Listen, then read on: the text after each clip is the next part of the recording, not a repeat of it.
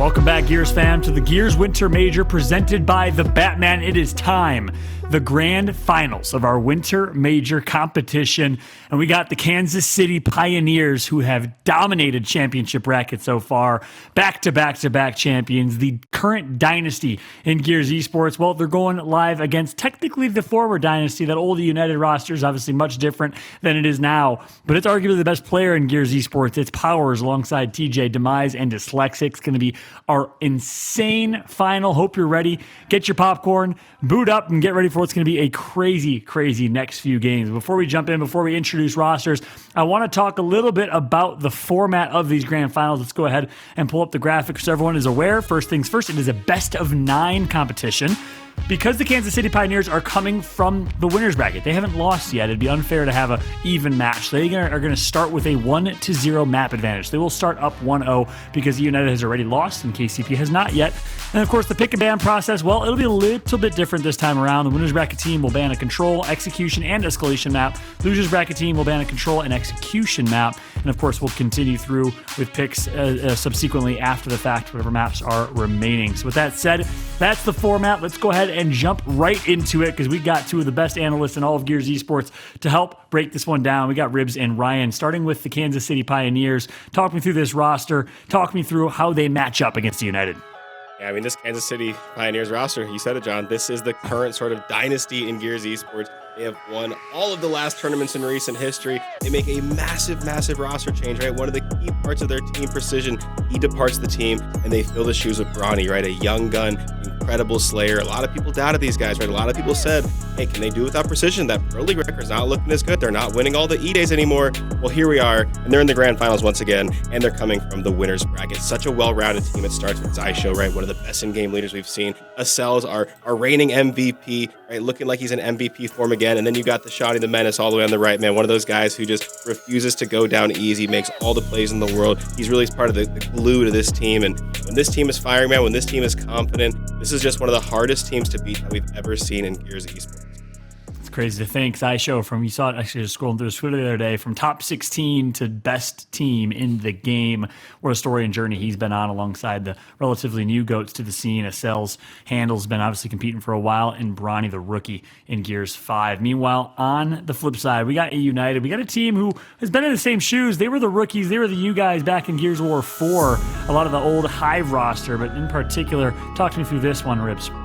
Yeah, we're looking at United on a loser's bracket run. Keep in mind, this is a rematch. They lost in winners quarters yesterday to this same KCP roster. We just had an amazing interview with Powerz, who, by the way, is having an amazing performance. All of these guys are playing above themselves. I'm impressed with Demise and TJ. Dyslexics fitting right in, new part of this team, makes it all the way to his first, not his first finals, but his finals. Trying to represent Latin America. Keep in mind, guys, Latin America is not out yet. We still got Dyslexic here, okay? And I just want to talk about Powerz, telling the Knights, stop tweeting, all right? Stop tweeting. We beat you throughout Pro League. We beat you throughout E-Days, and now we beat you on Sunday. Put the phone down, pick up the controllers, and fight back. I love Powerz, and I love that passion. And he said on the side of KCP, we got no beef. We got no quarrels. It's war whenever we play against you guys. And yes, they lost 3-0, but it was a close 3-0. Still a 3-0. I'm hoping to see some adaptation come out of eUnited. But yeah, I love some of the stuff Powerz said throughout this weekend. He said, I feel no restrictions with this roster. And that's no shots to his former teammates and Explosive and Kenny, but they had more structure. Now with this roster, he feels as if with Dyslexic and just TJ and Demise knowing their role, they're just free. They just do what they want. And you see that in their gameplay. They make it all the way to grand finals. And I don't think we're going to see a sweep this time around. Oh, man, I'm getting all types of excited because you're right. They got 3-0'd in the winner's bracket round 2 matchup against this KCP squad. Each map was insanely close. Keep that in mind. And United kind of started flat. It's not the same United that's been showing up last night and today. So in my eyes, reset this final. Reset your expectations because eUnited is looking very, very good. You heard Blaze and Reflections both say it in their cast, but if eUnited plays like this, oh boy, KCP better watch out. But with that said, let's take a look at the bans of this matchup and see what the maps are going to be. Ryan, talk me through the bans here. Yeah, so of course in the grand finals, right, there is a ban advantage coming out from the winner's bracket team. So I think this really plays into the Kansas City Pioneers' hand a lot. Of course, any advantage is good, but I think one of the things that you even kind of heard Bronny allude to is that their map pool maybe isn't quite as strong as a team like eUnited, so having those extra bans actually goes a really, really long way. You're going to once again see them ban Spire Control. We're seeing that over and over and over, but they do get to kind of have a little more favoritism on the Escalation. You're going to see them banning Aphira again. We know how good eUnited is on Aphira. Powerz is just an unstoppable force in that map, so they get that map out of the way. And then on the side of eUnited, I like what I'm seeing here as well, right? Getting Clock Tower out of the mix. We know how good KCP is on Clock Tower, and they also get Reactor Control out of the way. We've been watching KCP roll on that map as well. So I think both teams, even despite, having one team having an advantage, I think both teams probably leave this fairly happy. Yeah, meanwhile, on the flip side, we got the picks. Ribs talking through the picks and the 9-map series we're about to see in this one. Yeah, so the Pioneers, I agree with Ryan. They got to ban 3 in a row. They also get a win, so they just need to win 4. United needs to win 5 of these maps, okay? So right off the bat, we're going to go to District Control. That's a Kansas City Pioneers pick. Check out Execution. Then United get their 3 picks: Training Grounds, Escalation, Ritual Control, Tomb, Execution. And then those last 3 maps are the only maps that are left, so they have to go in that order. Escalation again, Control, Execution, Canals if we get all the way to a map 9. I'm just going to talk on the side of United. Like I said, they need to win 5 of these maps, if my math's correct.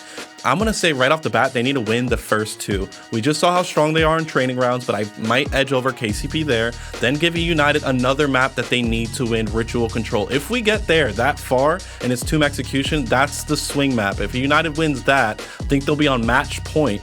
And I mean, it's just a lot to take in, right? One map at a time is what's most important, but you're down a map. United, take the first map, tie it up, then go to checkout. Talk to me then.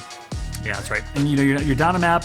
Talk about the KCP advantage here, right? Obviously, they have the 1-0 advantage, and they deserve these advantages. They came from the winners bracket. They won 3-0. But not only they have the advantage in bans, getting that extra ban in, they also get the first 2 picks. And we all know Gears is all about momentum. So the fact that they get to start strong on maps that they feel confident in, you already know they made that checkout pick, trying to expose what we just saw on checkout against the Pittsburgh Knights. But nonetheless, if I remember correctly, KCP lost to PK6-5 on checkout as well. So that might be a little closer than meets the eye, Ryan. Yeah, on the flip side of that, John, you kind of mentioned getting the first 2 picks. If you're eUnited, I think your biggest goal is to get one of those maps, right? Because keep in mind, if you get one of those maps, you head into 3 of your own, right? So you really have a chance to kind of take the series under control, take the series back from the midway through. It's why I love this extended series so much, man. There's so much opportunity for these teams, right? To really kind of take control, regain control, whatever it may be, right? Utilizing those picks, utilizing momentum. Obviously, these are 2 NA teams, so the hosting doesn't really come into play that much. But I can tell you right now, John, we've been hyping up Canals Execution, Clock Tower Execution. Could you imagine if we get all the way down to that game number 9 on Canals, seeing those sniper battles? That would be just quite the treat. Would be insane. Fingers crossed we get that. That is for sure. It's going to be an insane 9-game series. Obviously, 8 maps total, 1-0 advantage, best of 9 overall. And guess what? We have our keys to victory. These are the franchise keys to victory. Shots Friends have been putting these together all weekend long, starting with the Kansas City Pioneers. Ribs, take this one. Yeah, it is. Shout out to Fran, of course. And this is keys to victory. This is our grand finals. This is keys to a championship here for some of these players. Their first championship, not all of them, obviously. Trust your process. You've been here too many times. Continue to play together. Best display of teamwork all season. And what Fran's hinting towards is, I don't know if you've noticed, Pioneers haven't had too many crazy, outstanding individual performances. There's times where we look at the stat board and the Pioneers will be up over 100 points on control, but if you look at their KD and you look at their overall spread, nobody looks like they're standing out. Is that a bad thing? Absolutely not. Everybody is playing together. They're winning the impactful fights, and nobody has to go crazy like we've seen Powerz do. Sure, we've seen Acells and Hndles get some crazy clips, but overall, the Pioneers are winning as a team, and that is what is important, and that's why they've been able to win time and time again. Love it. On the flip side, we got the United keys to victory. Ryan, talk to us.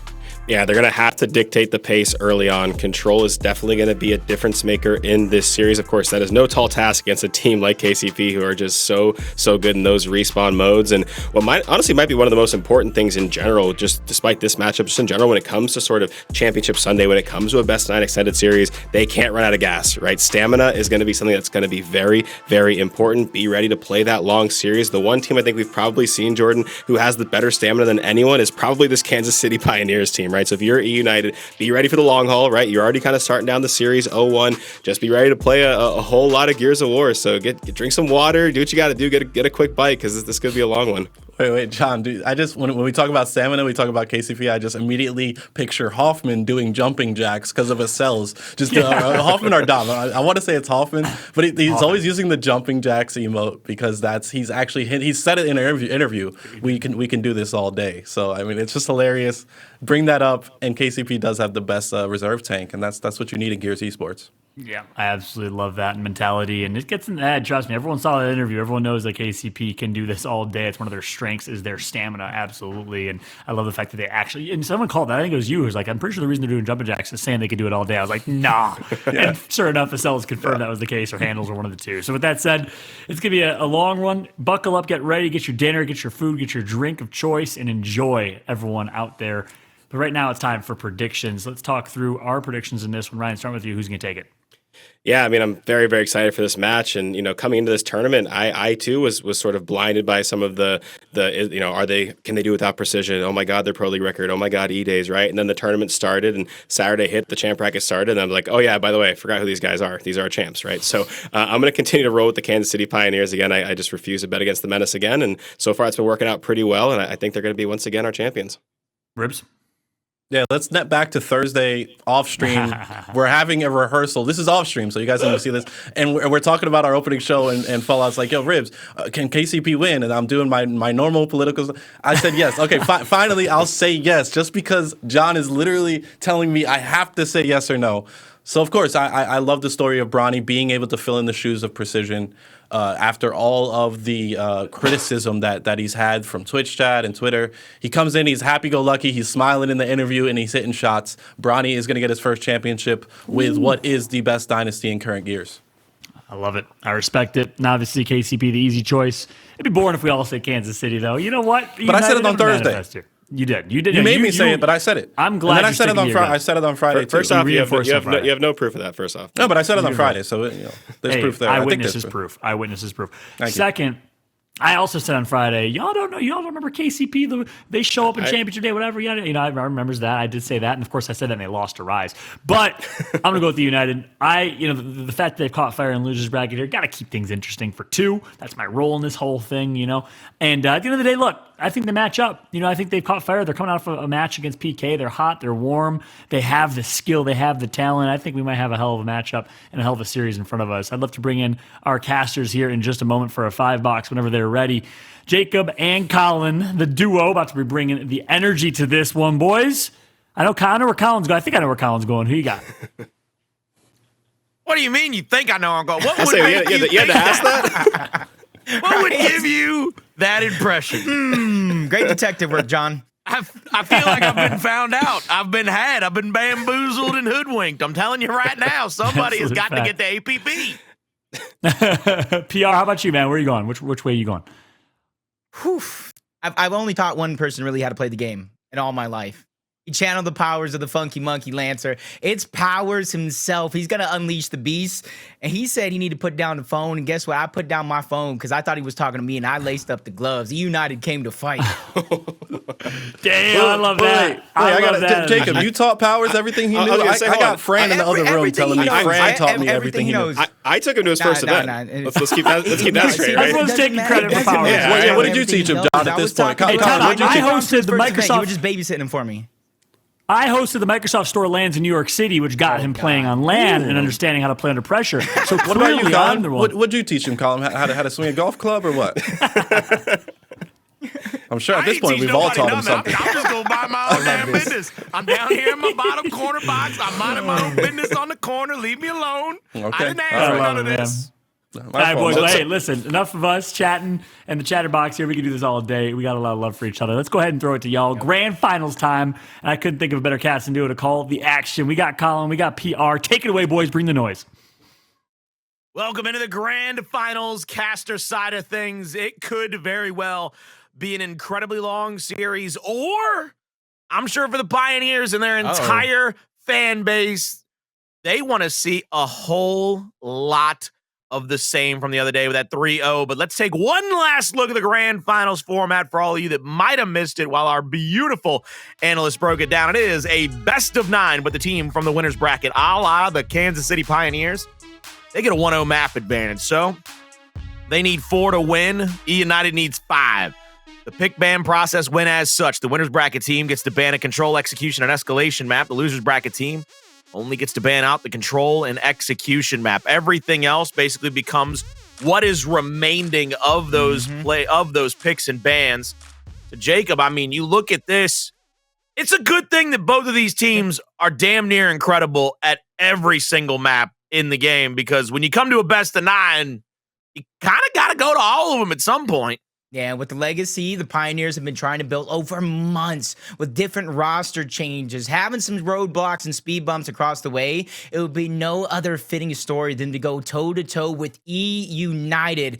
And even though the Latin American team's history and road to it has come to an end, Dyslexic has an opportunity to follow in the footsteps of the king of Latin America, joining this North American roster known as eUnited. He has a chance to bring home a solo champion similar to Identiv. So there's still history to be made in the minds of Latin America, and that's why I want to see the chat just light up right here, right now. Give Dyslexic your energy. If you have any hope from Latin America, this is your last chance.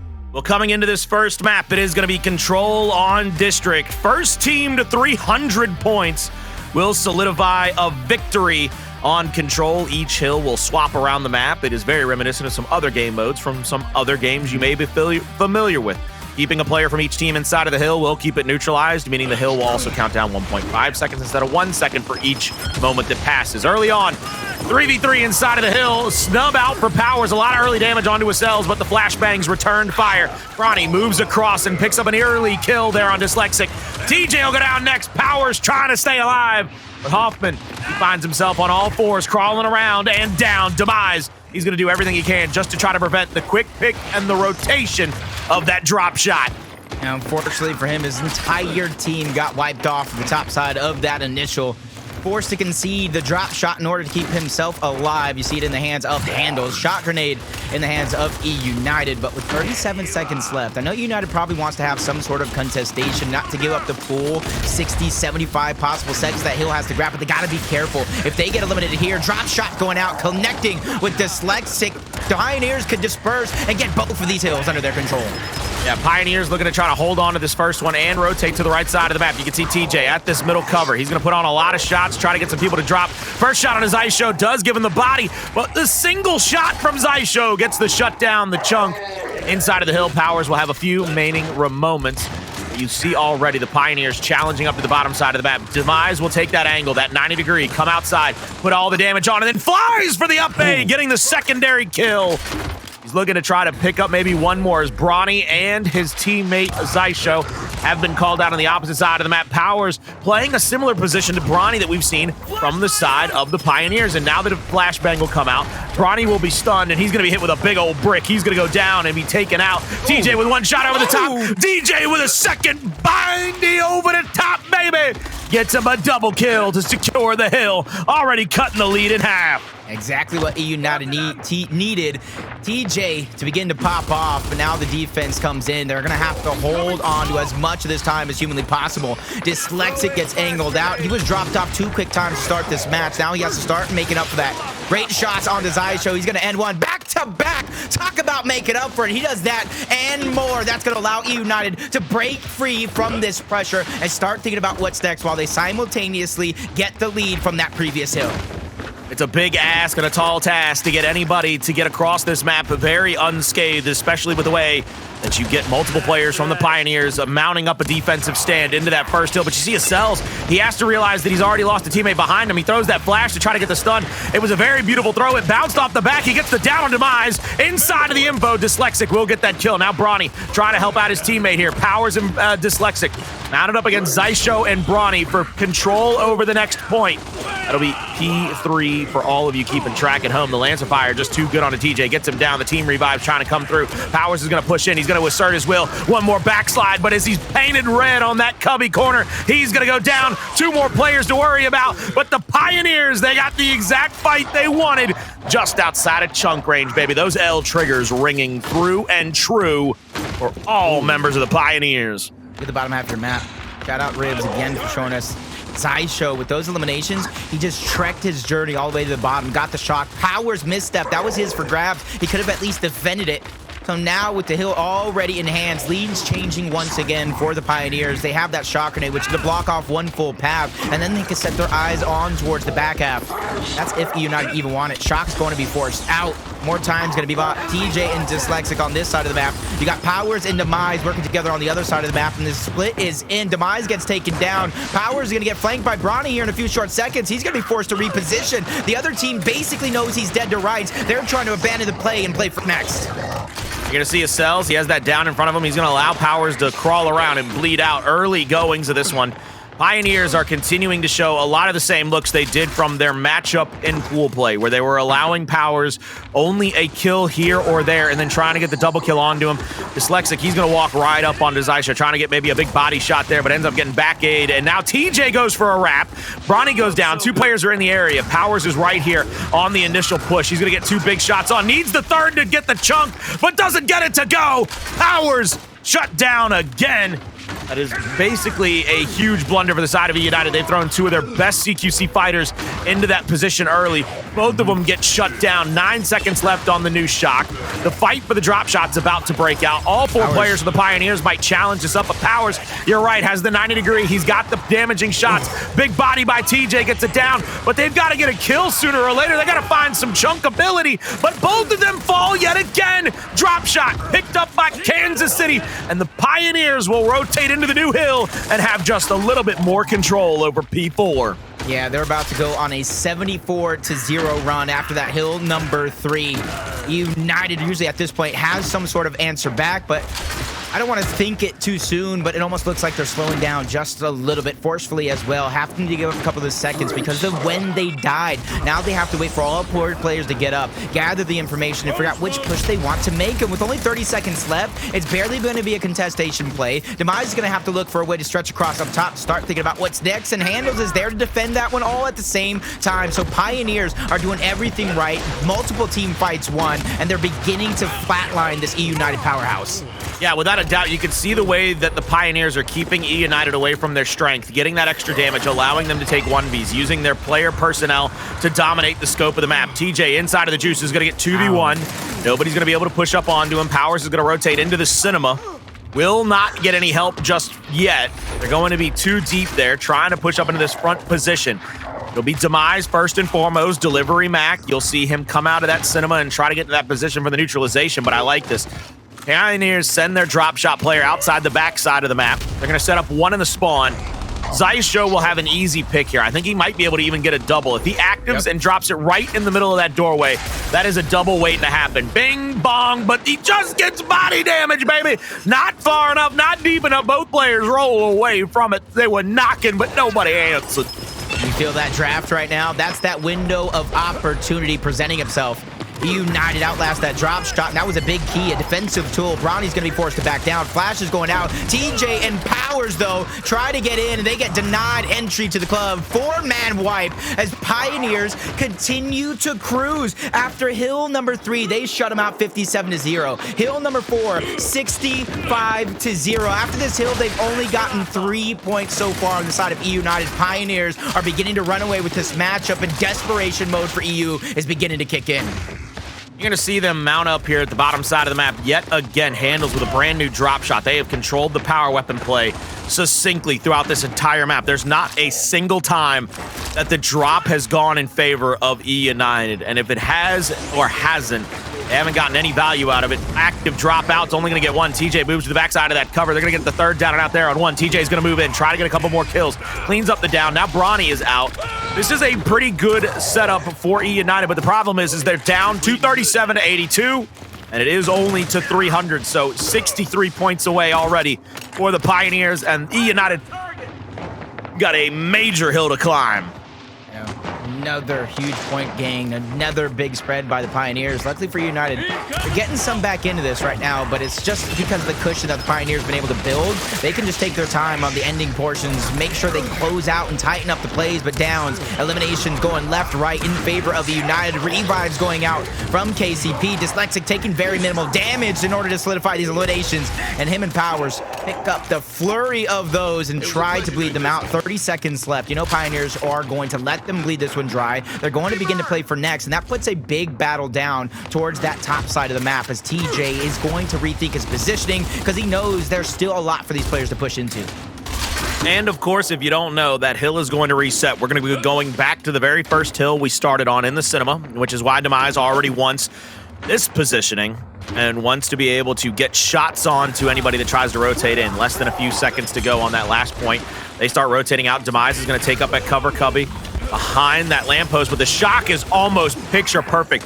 TJ is stuck away from his teammates. I mean, he has been sacrificed to the gods now. Powerz has to go huge over the top.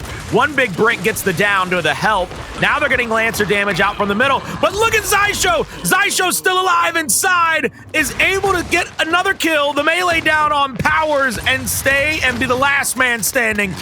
I mean, my man might as well punch the ticket to WrestleMania if that was a Royal Rumble, because he was the only one left in the ring at the end of all that nonsense.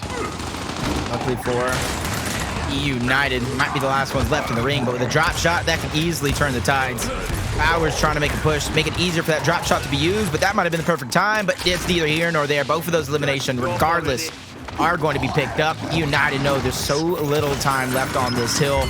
In terms of playing for next, they're going to try to spread out. They're going to try to figure out where these players are spawning out and take the fight to them. But they have to be careful, not get too aggressive, because then they're going to stretch themselves too far. Powerz wins another big 1v1 against Hndles, taking too much damage. Xysho easily able to clean that one up. And Demise makes the sacrifice, taking out Xysho, even though Powerz is already dead to right, so he has nothing to worry about here. Acells in a big battle.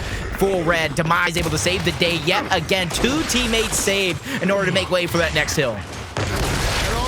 There's Dyslexic, one more kill inside of the hill. 15 seconds left. And again, I think that's the reason eUnited has really decided to D up these hills down to the single digits, is because they don't want to allow the Pioneers to get within a space of like 10 to 15 seconds. They have seen what they've been able to do when they are that close to victory. Xysho in the middle of the map getting Lancered out. Dyslexic will have a 1v1 here on the right-hand side, but you're going to see pretty much stacked up everywhere on the map. Somebody from the Pioneers has put a body on somebody from eUnited. Big little reaction shot there out of TJ. Will at least find one. Now that stun is in place. Hndles might get shot on. They're going to look for the angle from Dyslexic as he wins his 1v1. He gets one down. Acells has to rotate in now. Both of them getting Lancered out from the 90 degree. They got to be quick in this situation. Powerz rolls up for the 1v. Demise will spin us up and solo up the second.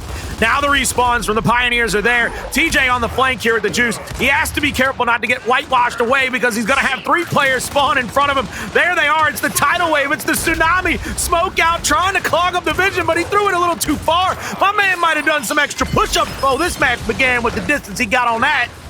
If you blink, you might have missed it, Colin. 50 seconds is all it takes. One big team fight here. A victory for eUnited will possibly get it towards a tie game. Dyslexic gets the down on Hndles, forcing the revive out. Acells taking a big damage. Bait and switch coming out from eUnited as well. Powerz and Dyslexic will not back down. A bad time to reload. That could have been an elimination, but Dyslexic still going at it. He gets taken out, but Powerz and him get the trade. A flank coming in. They're trying to keep the distance, but it's the Pioneers who are continuously racking up the scoreline. Almost 40 seconds left is all it takes. With 20 left onto this hill, eUnited have to be picture perfect.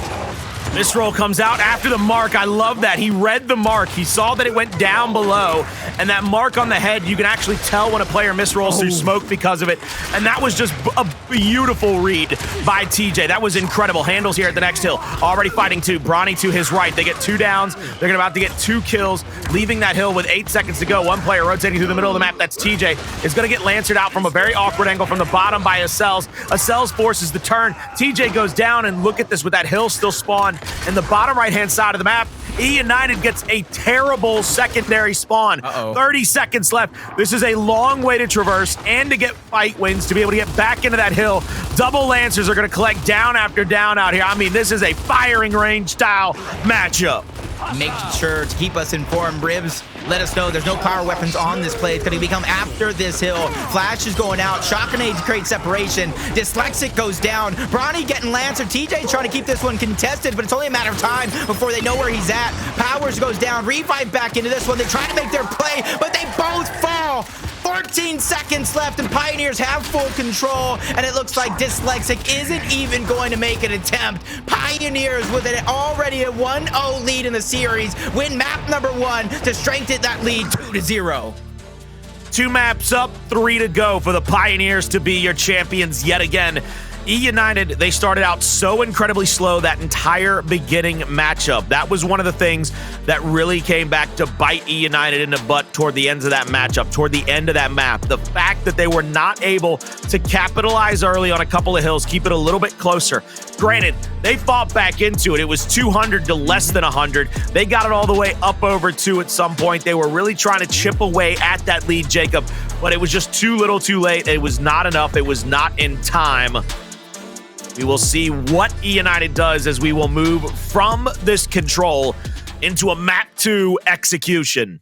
Yeah, and you can already see a lot of my own kind of keys to victory. I know Fran has his own, but when I was talking about an inexperienced team going up against an experienced team, one of the worst things you want to do is put yourself in a hole because of the potential to come out of it. And that's the same thing, though, when it's 2 elite teams going at it head-to-head just like this. You saw how deep of a hole eUnited put themselves in. The potential to climb out of it is always going to be there, but the same thing can be said. KCP always have that cushion, able to close the game out, so they can abandon hill after hill, play for power weapon after power weapon, so they get the position they want. So it didn't matter how close eUnited brought it back. It was the Pioneers that were always in the driver's seat. And they didn't let up off the gas. That's the other thing. And you saw the Pioneers challenge up hills to the very last man. I mean, they were waiting to go every single time they got off a respawn. They were willing to take another fight because that's the kind of position you put yourself in when you're up that big, when you have that big of a point lead. You give yourself the opportunity to just continue to push into your opponent. It'll make them make every single fight count and get every single team fight win, and that is what the Pioneers used. I love this play again. So see the mark? See how the mark actually moved the way that it lowered itself for a second? He realized that player went with that misroll. That is such a brilliant read by TJ there, and I really do believe that thanks to him, they had a chance to even come back into this because Powerz for most of that map was very quiet, and it was based, I mean, it is their game plan. The Pioneers have basically shown their hand. They have told you exactly what they want to do. We're not going to let Powerz beat us. Everybody else is going to have to come through big in a clutch for eUnited. Yeah, and then you can see Powerz was still putting in some work. Dyslexic close after.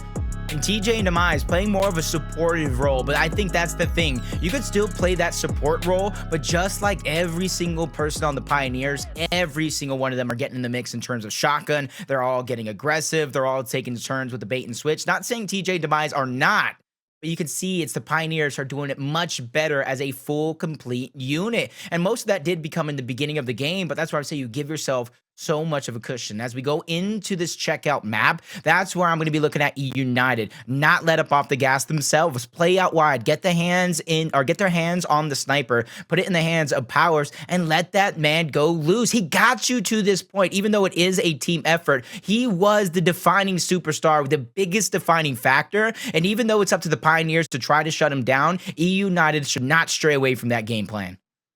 We'll find out what they do if they change anything up. eUnited looks to get at least one map on the board. That's one of the things that a lot of these teams have struggled to do. When you're already down a map, you feel pressed early on. You feel like you've got to get a map victory earlier rather than later. Of course, if you go down too many maps, you're going to end up losing the series. It's just the nature of the beast. It is what you put yourself up against in these situations. So for me, I think eUnited needs to just kind of wash this away. 1 or 2-0, it doesn't matter to them anymore. This has got to be 0-0 rolling into execution because you cannot add the extra pressure. You already want to bring a chip home for eUnited, who has wanted one for a long time. For Christ's sake, they were fighting for one in London in Gears 4 and came up just that close from beating one of the most dynastic teams in history. They then went out and picked up some of those players from that dynastic squad and could not come away with the vaunted and most elusive chip they have yet to come with. Them boys have got plenty of trophies in a case, but having that beautiful cog, that giant chainsawed out cog is just the perfect nuance to any trophy case. It makes that thing sparkle just a little bit more. So eUnited's chasing. That's pressure. Powerz has got to get back there. First time without Kenny. That's pressure. TJ, Demise, and of course, you cannot forget Dyslexic. They might have been in grand final spots. Well, Dyslexic has, TJ and Demise have not. Dyslexic. He knows the pressure, but he doesn't understand it from this position. He's having to come and put that on his shoulders. I mean, if I was Dyslexic, I'd have called Hndles. I'd have been like, brother, how did you feel on the main stage in Las Vegas going in that grand? I need some help. I need some help. There's a Mount Rushmore pressure, Jacob. Just too That's what I'm saying. He's right now, I wouldn't say he's living in the footsteps or the shadow, but he's creating his own history on the side of Dyslexic. And that's pressure in his own mind. And whether he's feeding into that pressure, whether he's using it to fuel him, or maybe it's defeating him, that's not something he needs to think about right now. Because at the end of the day, it's the fans who need to give this man his energy. That's why I made the call. The chat needs to fill up with Dyslexic chance, even though Powerz is that guy that got him to this point, and I said it, but that energy, the passion is what is going to fuel these guys in order to come back. And what I do like that you said, this is a prolonged series, Colin. So even though it is 2-0, eUnited has chance after chance after chance, 3 straight more maps to kind of win more of those maps and prolong the series even longer. Try to gas out these Pioneers, because I think they've only been in one very, very long series against Rise a few majors ago. That went all the way to that final execution. I believe it was the mid-split playoff, as a matter of fact. It was Rise, and it was kind of the debut tournament for Xysho. It went all the way to Tomb, the final matchup. It went all the way to a round 11. It was a 2v2 with Xysho being one of the 2 players alive for the Pioneers. That final hill just in front of where that torque bow spawns. I'll never forget it to this day. Xysho, I mean, he puffed his chest out that day. He said, I am the man with the plan. I hit shots. I beg if you think of me more if you do not. Because he came into that 2v2 and he hit every shot necessary to help put them over the hump. Now, they're in a position where they got another player. I like what Fallout kind of alluded to. Xysho went from, a perennial top 16, top 12 guy to a world champion. He did. Bronny, perennial top 8, top 12. All of a sudden, a 3rd place within boys from VQ. Some of the boys he's rolling out of spawn with right now. Now he's got a chance to go from that 3rd place to a grand finals winner. There's pressure on both these sides. I still think United's got more pressure on them. 100%. But without a doubt, checkout could be the turning point. We saw the Pittsburgh Knights get very gamey against the side of the Pioneers on this very map. They had a lot of different looks, but I think United has just as many, if not more. And this is where, like I said, I would love to see right out of the gate a full-out aggressive strategy from eUnited that would keep Pioneers on their toes. Maybe play out wide for the sniper. Like I said, live and die by Powerz. He's seen bigger days before, and I think this is a big chance for him to step up. Along with Dyslexic, TJ and Demise, they got that mid-split playoff championship, but they never tasted a major victory before, Colin. I think that's what you were alluding to. So this is big game for a lot of these guys on the side of eUnited, and for some of these guys, it's either step up, eat, or be eaten.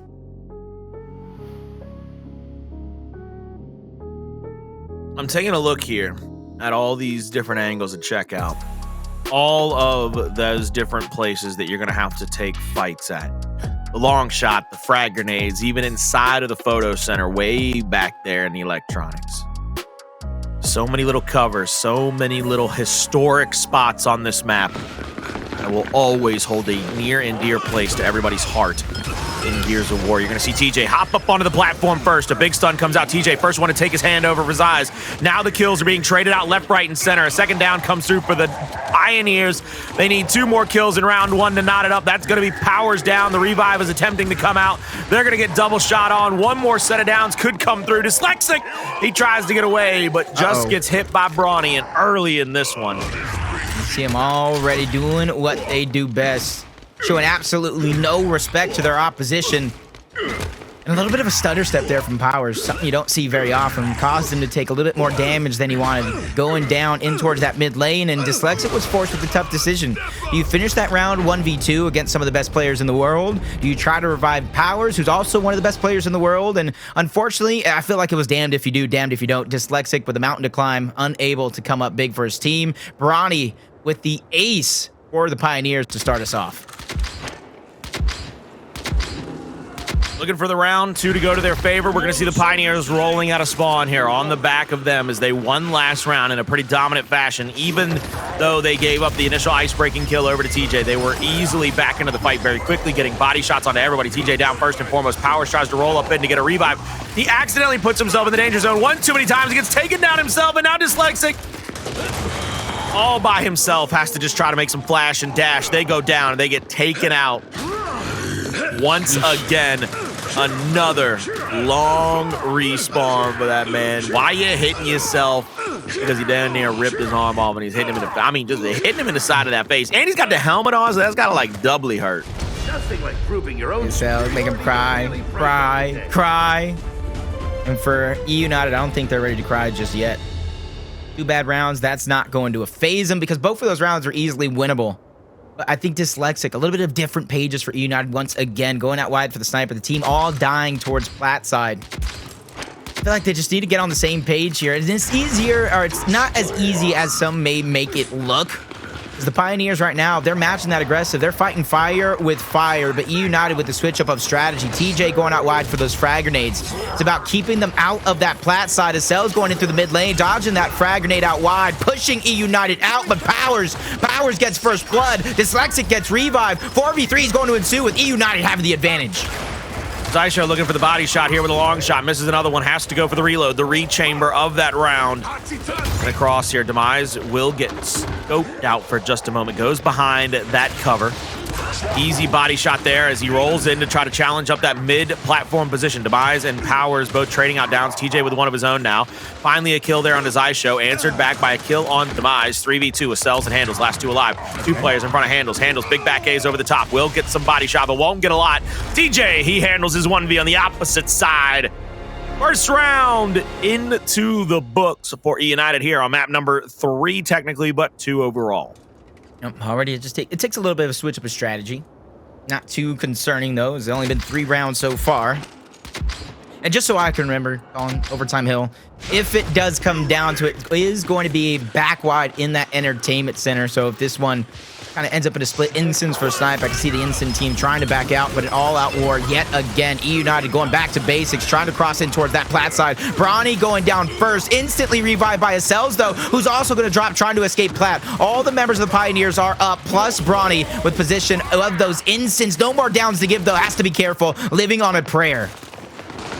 All players still left alive. 4v4 in this situation. We're going to have one player rotate over. Powerz picks up those frag grenades. Incendiary 1 comes out. Big body damage onto Demise as Dyslexic tries to move through it. He's going to get taken down as well. 2 down and dead. Now 3. Powerz in a 1v4. Knows that he's all out of options. He's going to pull the pin as he falls. Doesn't want to end up getting long executed there. No Y buttoning against Powerz. He's going to pull the pin on that frag grenade, but it will give the round back on over to the Pioneers. Pioneers looking to go up 3 maps to none in this grand final. It happens so often, though, Colin. When there's a split like this on checkout, stalemated even just a little bit, a few seconds. When that one person goes out wide, the other team sees that as a green light to go. They take their man advantage when Powerz went out. Unfortunately, not giving them a chance to get that full-on flank, but they're going for a very similar strategy, trying to cross that first player. This time around, though, Bronny going out wide, catches TJ slipping for first blood. Demise, though, he gets those instants, unable to put him to use just yet. First burn is going to come in. Dyslexic gets the second and a third. That's going to be a double kill. Demise gets pressured out wide, but Dyslexic is the hero of the round. The cause of 3 straight eliminations for eUnited, but they still trail by 1 round. 3-2. They need another round back-to-back just to tie this thing up. And as you take a look here, Demise has 2 assists but 5 deaths to his name. Only 1 kill. Need to get some more damage output from him and TJ. Both of them having to play some pretty awkward roles. You can see there the extra round has really put side of the Pioneers in a definitive damage advantage. Hndles playing that back spawn, of course, will have lower damage. He's usually out of most fights, as he's either having to check a 1v or just Lancer out. There's the down on the Powerz. Nobody's there for the quick revive, but they will bring in a secondary player for that revive. Xysho pulls up to that platform, rolls out, gets shot in the back of the body. Powerz is in a bit of a precarious position. 2 players right across from him, and then those shopping carts. Now all 4 players from the Pioneers have moved up They're trying to pressure out multiple angles of Powerz. If he pokes his head, they're going to have a couple of Lancers out. Take a look across. You see the Nasher here for Bronny. Opposite side, you might see a Lancer there. 2 Nashers and I believe 2 Lancers. No, a Snub, a Lancer, and 2 Nashers. I like that setup. That's a ton of damage output. You get the 2 big bricks there from Bronny and Acells. You might be able to pick the down off of the Snub and the Lancer at the same time. What? My man. Hold up. What? My man. He was baiting him, calling. Oh, there it is. It's the electric slide. It's the electric slide, baby. Thank God they didn't have the sniper. That was just waiting. For that opportunity. Do you think Demise was sitting there like, look at me. Wait a minute. Wait a minute. I can't with you sometimes, Colin. This game is just too much. But that's what happens when the game is this chaotic. It gets this crazy. It causes laughter like the Joker from Batman. But for Powerz, this is no joking matter.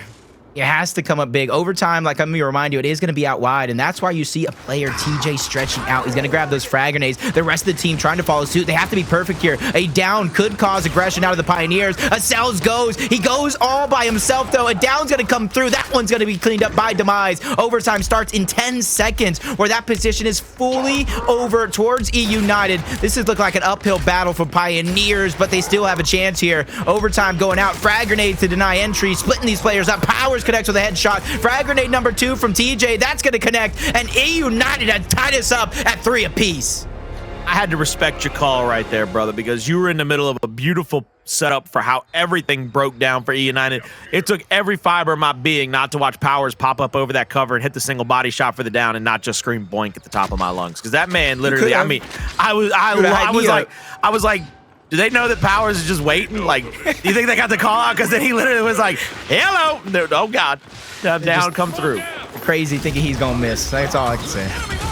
The extra flash from Bronny doesn't actually get a stun here. Bronny's up onto that platform, but they can return fire easily. He gets a quick pick onto the incendiaries, but it looks like eUnited have the angles here. Bronny goes down. Now Xysho, quick revives coming through and true for the side of the Pioneers. eUnited rotating back toward the middle of the map here. Winston. Just trying to find the angle. Powerz is going to continue to rotate out. They might put Powerz in this 90 degree after he picks up frag grenades. I like the over rotation for the extra power. They're going to get that down there. Hndles is going to have a frag grenade dropped on the top of the platform. He gets a headshot onto Acells. I thought it was Hndles that died. I swear to God, I thought Hndles died to a headshot or the explosion, but no. I thought he got both. I swear to God, I thought he got both. Xysho's going to challenge out. Gonna give him 2 regardless. Gets body shotted. Long range shot on from the Lancer. Big frag grenade in the area. Gets the down. Beautiful job. Bronny and Hndles stuck on the platform now. Powerz tracking with a long shot. Gets another body for the down. Hndles out. eUnited. They're finally up in this one. They go up 4-3. Oh, baby. They're looking to try to get one map onto the board. I told you it begins with one map. And it's got to be this one right here. They got to start winning these executions. As we hear all the time, Pioneers, they don't really practice the executions. They trust in their ability just to win fights. I mean, just to brawl out with people, solidify their bit. Yo, my man did everything. Powerz is out here doing everything. I'm just laughing again at Hndles, bro. He clenched his cheeks so hard to survive. That's all. He thought he was dead to right. He's like, uh-oh. Bronny, though, getting those insins, and he's going to go and throw him out. Connects with the double kill. Bronny with the jump shot of the round. Given the go-ahead, man advantage. Another teammate's going to go down for Demise. Now he has an uphill battle like none other, and he's not even going to get a chance at that battle. Pioneers have tied us up at 4 rounds apiece in the blink of an eye. That's one of the things you got to worry about. If you don't challenge that platform, and Bronny has them for free, there is an opportunity for them to throw that incendiary quick enough to get the pick on your long shot player. And that time, I'm pretty sure that's what Pioneers told him. They were like, look, go to the incens, pick them up. If you're not challenged, throw them straight at the long shot, because it's one of those things where if you do challenge it, you might lose Bronny, but you might also have that incendiary already out. So that's why I love that play call. I think it's a brilliant play call. You take a chance there by putting Bronny in the danger zone, but he comes back with a double kill to help you solidify that round, tie it back up 4-4. Turning into a best-of-3 now. First team to win 2 rounds to try to get this map under their belt. Smokes are coming out. TJ's going to pull up to the platform. Lancer damage out. They see one player up there. It's going to be Bronny. I believe they know he's very hurt. He picks up those incendiaries. TJ tries to chase out. Cannot get the down, though. That's the worrying thing. Incendiary almost catches Powerz slipping. Bronny and Acells go down, though, to Demise and Dyslexic. Now you see Dyslexic being answered back upon by Hndles. Xysho inside of that checkout lane is going to go for the 90-degree. He's going to go for the flank right here. Hndles staying alive as long as he can. Gets one down. He's going to get chunked out. Xysho goes for maybe a cleanup, maybe turns to try to get the single shot down. He's going to get TJ, but it is Demise versus Xysho. 1v1 situation for the go-ahead round. This is fitting, honestly, Colin. 4-4 tie game, 1v1. This is just proving it's a marathon and not a sprint in this series and in this map as well.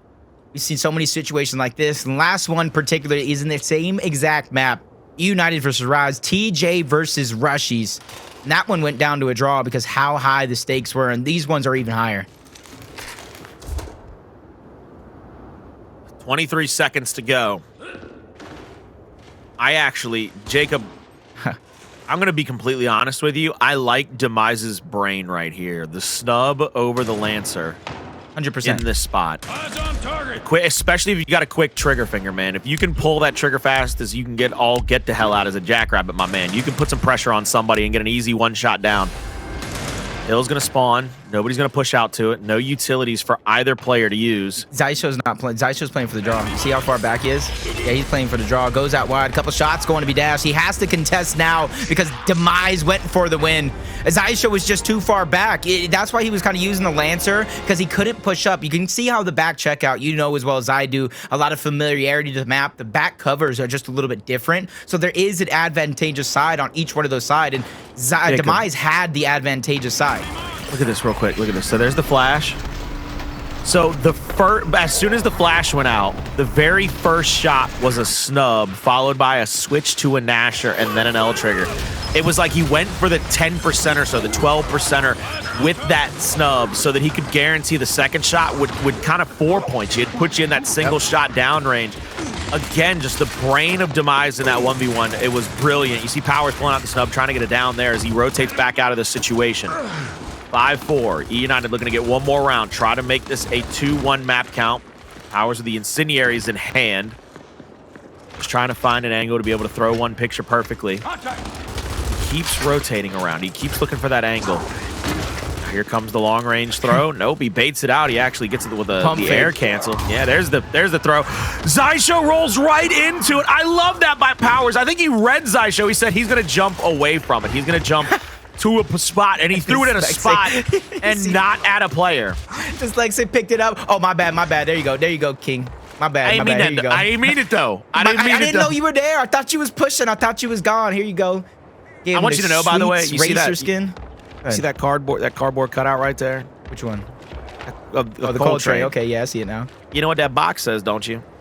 The cold train runs on whole grain? What does it say? You damn right, the cold train runs on whole grain, baby. I think Powerz, like the Pioneers, run on the hatred of people that don't want to see them win. I think Powerz, he runs on the souls of all the people he's killed in Gears. He's just snatched them. He's like the Undertaker in that aspect. He never slows down. He never stops. 15 seconds before the hill spawns. A new set of incendiaries, I think, will get picked up. There it is by TJ, and Powerz over the top. Hndles is going to have 2 frag grenades. They're going to, this is going to be dangerous because he's going to throw 1 frag to the middle, 1 frag close. It bounces off the foot of Demise. 2 players into the backside of that. Incendiary out, won't find anybody. Second one thrown by Powerz. Now he tries to roll up into Acells. Won't be able to get that kill. Hill still being contested, but Pioneers, they moved over first. They were in the position to win that one. I really do believe that they had a better positioning. I like the play call by them. The fact that they were able to get into that position first gave them an advantageous advantage because the incendiary is going to cover that middle, but it's not going to get either of the sides. The biggest mistake to me was Powerz' late rotation over. That's what I'm saying. I think they needed to just, as soon as they picked up the incendiaries, they both should have ran. Yeah, no, I agree with you 100%. But round number 11 in the books. Nenet's going to start off hot. All players trying to make way for those incense. TJ and eUnited have them, but TJ goes down. Hndles goes down as well. No eliminations being cleaned up. Incense are going to be used. It's downs all around. Still, nobody picking up eliminations, but eUnited, they get the first 2. Demise drops for a few seconds. Powerz goes down, and it's going to settle down just a little bit. 2v3 with eUnited having the advantage. I think TJ is rotated over for those new frag grenades. Xysho will push up here. 2 players on this middle platform. They're going to go for this 90-degree play. TJ is going to pick up those new frags. Xysho is going to be here. First frag grenade is thrown. Doesn't find any damaging shots. Long shot picked up by Hndles. Full red. Now he's down. Do they have another frag grenade to throw? Does he have one to throw? It went off, and they both get down. They get another down, and Xysho. Hndles third down and out. Ladies and gentlemen, eUnited, they find their first map in the grand finals. This was their second chance, third map overall. It is now 2-1 as they continue their campaign. Can eUnited make the comeback? We find out just after a very quick commercial break. Don't go anywhere.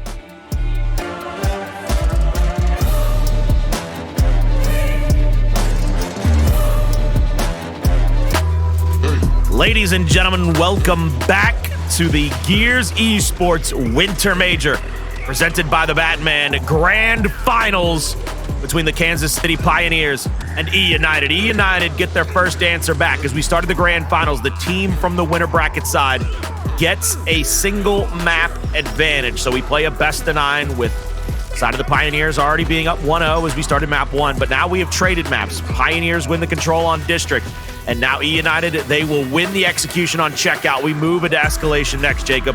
Who has the momentum? You gotta think it's eUnited, at least a little bit if you had to pick one of these 2 teams. That one went down to the wire. That's an exhilarating victory. That's something you can really hang your hat on, lead into the next map, but it being a little bit of a different game mode, you know the Pioneers can kind of flip that switch and snap out of it quick. And that's why I think it was very, very important for eUnited to come out of the gate and win one of these 2 maps. Perfect world, they would have obviously won both of them, been up 2-1, but you needed to get the ball rolling and not put yourself in a 3-0 hole. And we've seen a lot of teams come very close. I believe it was just last time when the Pittsburgh Knights were trying their hand at beating the Pioneers in the grand finals. That map 3, that Escalation, became very telling because it came down to the wire, and it was like the air was let out of the room when the Knights dropped that map, and all of a sudden they went from down 1-0 to 2-0 to 3-0, and they picked up one map, but it was just one of those situations where once the Pioneers won that Escalation, you could almost hear it. It was palpable the way that the air left that room. Now eUnited, they face what I would say is a similar situation. They win this single map. Can they do it back-to-back? Can they tie this bad boy up and basically make it a clean slate? Knock this sucker up going into the second half of this series? I almost feel like they have to, in a sense, because you know how strong, you know how deadly the Pioneers have been all day long, or all weekend long, I should say, when it comes to control. It's the game mode that I feel like they perfected. It's going to be one of the biggest, toughest game modes to beat them on. So when I say that, we're going to go to a Trading Grounds Escalation, which isn't a control, which means eUnited has to pull out a victory here, because if they lose to the Pioneers, they'll be up 3-1. Then we're going to Ritual Control, where yeah, eUnited is good at that map, but the mode belongs to the Pioneers, so they could be in danger of falling 4-1 if they lose this next map. And we go to Training Grounds, where we just saw kind of one of what I would say the biggest trick in the bag that we've seen from any team this major. Early on, we saw the rotations from Latin America, where they were going off the bottom side of the map early in that Escalation, trying to get Training Ground flanks toward the Overlook.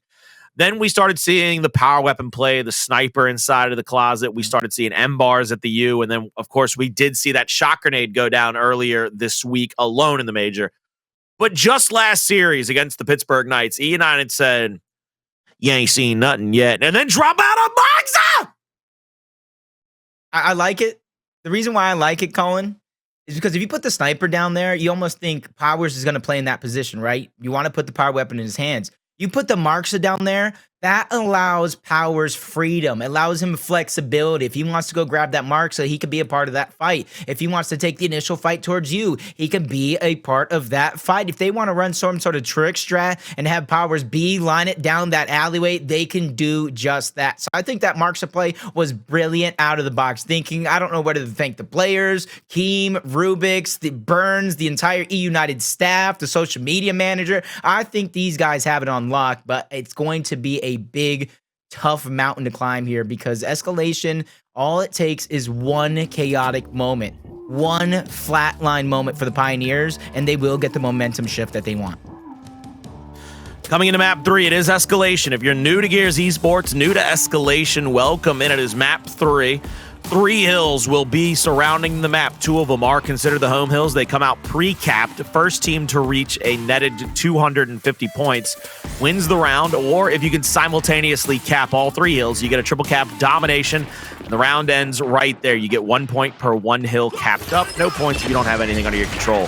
This is the Overlook fight as Bronny gets stunned out. They rotate a secondary player into it. Onto the flank is TJ. Bouncing around, gets a traded out 1 kill. Now a 2v2 second down comes through for Powerz. They need to get 1 more big kill up here. They keep getting downs, but they cannot secure these kills. Flash out.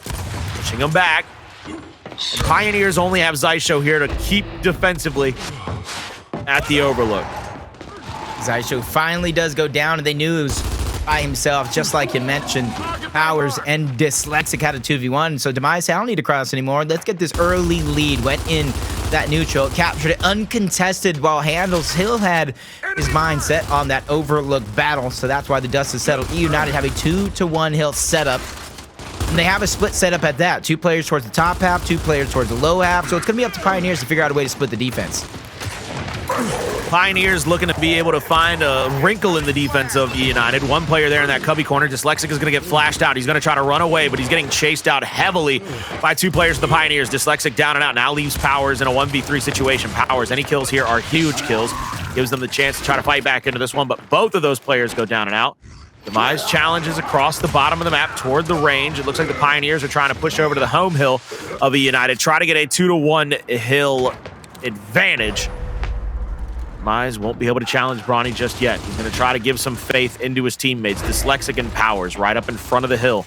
Lancer fire out. Nobody's going to get that drop on him just yet. TJ will be coming off a respawn very shortly. 2v1 at the B hill just momentarily. Now it's a knotted up 2v2 over here at the home hill. Demise will get downed out. Dyslexic has already been killed off. TJ and Powerz trying to answer back. Demise has been bled out over at the B hill. Down there on Powerz in the middle of the map. They're going to Lancer him out. That's a big kill. And they get their home hill back. But right now, it is all Pioneers. They are in the driver's seat.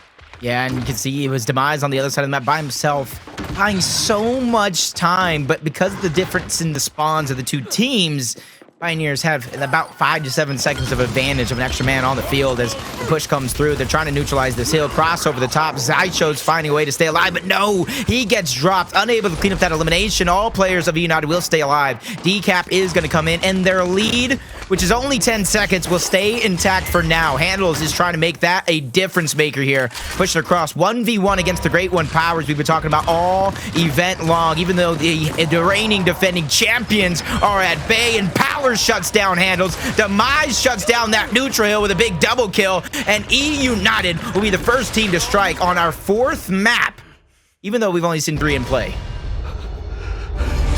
Oh, we will see what happens going further and futurely into this round, as that first round will go under the belts of a very gamey eUnited. They come out hot and heavy here in this map number 3.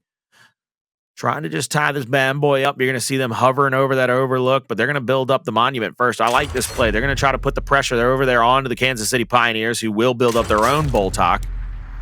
And I mean, this right here, Jacob, this is one of the things that I love to see, because you're about to probably get to witness 2 of the best Boltok players walking the face of the earth, maybe even 3. I would say Xysho, Powerz, Dyslexic even with the Boltok in his hands, but I mean, everybody thinks Powerz with it, but we're not going to see it picked up until a secondary play as they come off a respawn. Powerz will go to the top side of the Overlook. He'll drop a flash early, but he's going to bounce it off of that cubby, try to get the angle out. Dyslexic is going to get triple Lancered. That is a triple Lancer strat. They say, hey, Powerz, you know how good you are without friends in a 3v1? We're about to find out. But he's already got 1, and he damages up 2. My man! No, he did say we were about to find out. I'll tell you that much. And we about to find out real quick. He takes the 1v1 with quick succession, has 2 players separated, but he's finally going to hop over that cover and go down. Thing is, Colin, look at the amount of time he bought his team. They're able to get back up, recapture that hill. TJ needs to back up, though, because the push is waiting. If he goes down, that's going to be an all-out war for the Pioneers. Boltok going out in the hands of Acells. That's something you spoke about. Being so powerful, and even though it's not picked up on the initial, that makes it a little bit more impactful because you're able to catch some players off guard with it. Hey man, you just got to be careful not to get pegged with that double headshot. TJ's going to go down there at the bottom side of the Overlook, so he's going to be bled out, and that's going to delay this next retake by the side of eUnited for just a few moments longer. He's down to a 3-second respawn now before he comes out of that. Over here at the B Hill, they have Bronny inside of the God Spot. As Blaze is so eloquently put so many times this weekend, we call it the God Spot because it's so incredibly hard to get kills down there on players that are inside of that position. 2 players mounted up over here at B. They're going to rotate 1 player through the middle of the map to try to play defense here at the Overlook. Acells continuing to back up now. Xysho will rotate down and maybe even all the way over to the Heaven. They're going to just play defense here. They're going to give eUnited the positioning they might want, but it's going to be up to eUnited to make a big play here. Look at the defense right now for eUnited. Very spread out. 2 players are going to move into a position here. I believe that Acells is trying to challenge out with that Boltok. Got some early damage, but couldn't get it down. Powerz and Dyslexic now getting their health back. Their regen coming through. Pioneers now have 3 players sneaking over. It might be even 4. No, just 3 players. Last player is staying up into that Heaven spot. Dyslexic's going to back all the way up. He's going to try to rotate out. Powerz is trying to be sneaky here. Getting onto the backside of Hndles. Hndles, though, is going to get caught by Demise. Big shot there. TJ trying to stay alive at the home hill. Bounces up that stairwell. He's going to go down, but the 3 players for the Pioneers over here kind of stuck in no man's land. They're unsure of where they can go. Dyslexic's going to be called down the middle. Powerz is going to be called out toward the Overlook. The respawn. They didn't just abandon the hill, but they've given themselves up in a very terrible position down there. Acells with a headshot Boltok. That is the needed reprieve that the Pioneers have to have coming into this fight. Big body shot onto TJ. TJ just looking over the top of the Lancer. Gets 1 down. Demise goes down to the opposite end. Xysho running in for that revive. Shot over the top by Demise. Gets the down. Still no chunks coming through there. There's 3rd down and out. C-Hill being recaptured by eUnited. Now the B-Hill has to be going under contestation. But eUnited can't stop. They have to try to get a win here as they have 1 player guarding up the B-Hill. It'll be Dyslexic in a 2v1. Getting his health back. The shot from the top of the Overlook gets him into a position. But look at sneaky Bronny. He said, I'm going to go over to your home hill, man. I'm going to make this thing very hard on you. He just needs the cap. They need the reset. Bronny's going to clutch it up in the end and get the elimination to boot. Pioneers, it may have taken the full round. 3 minutes and 19 seconds to be exact, but a win's a win at the end of the day.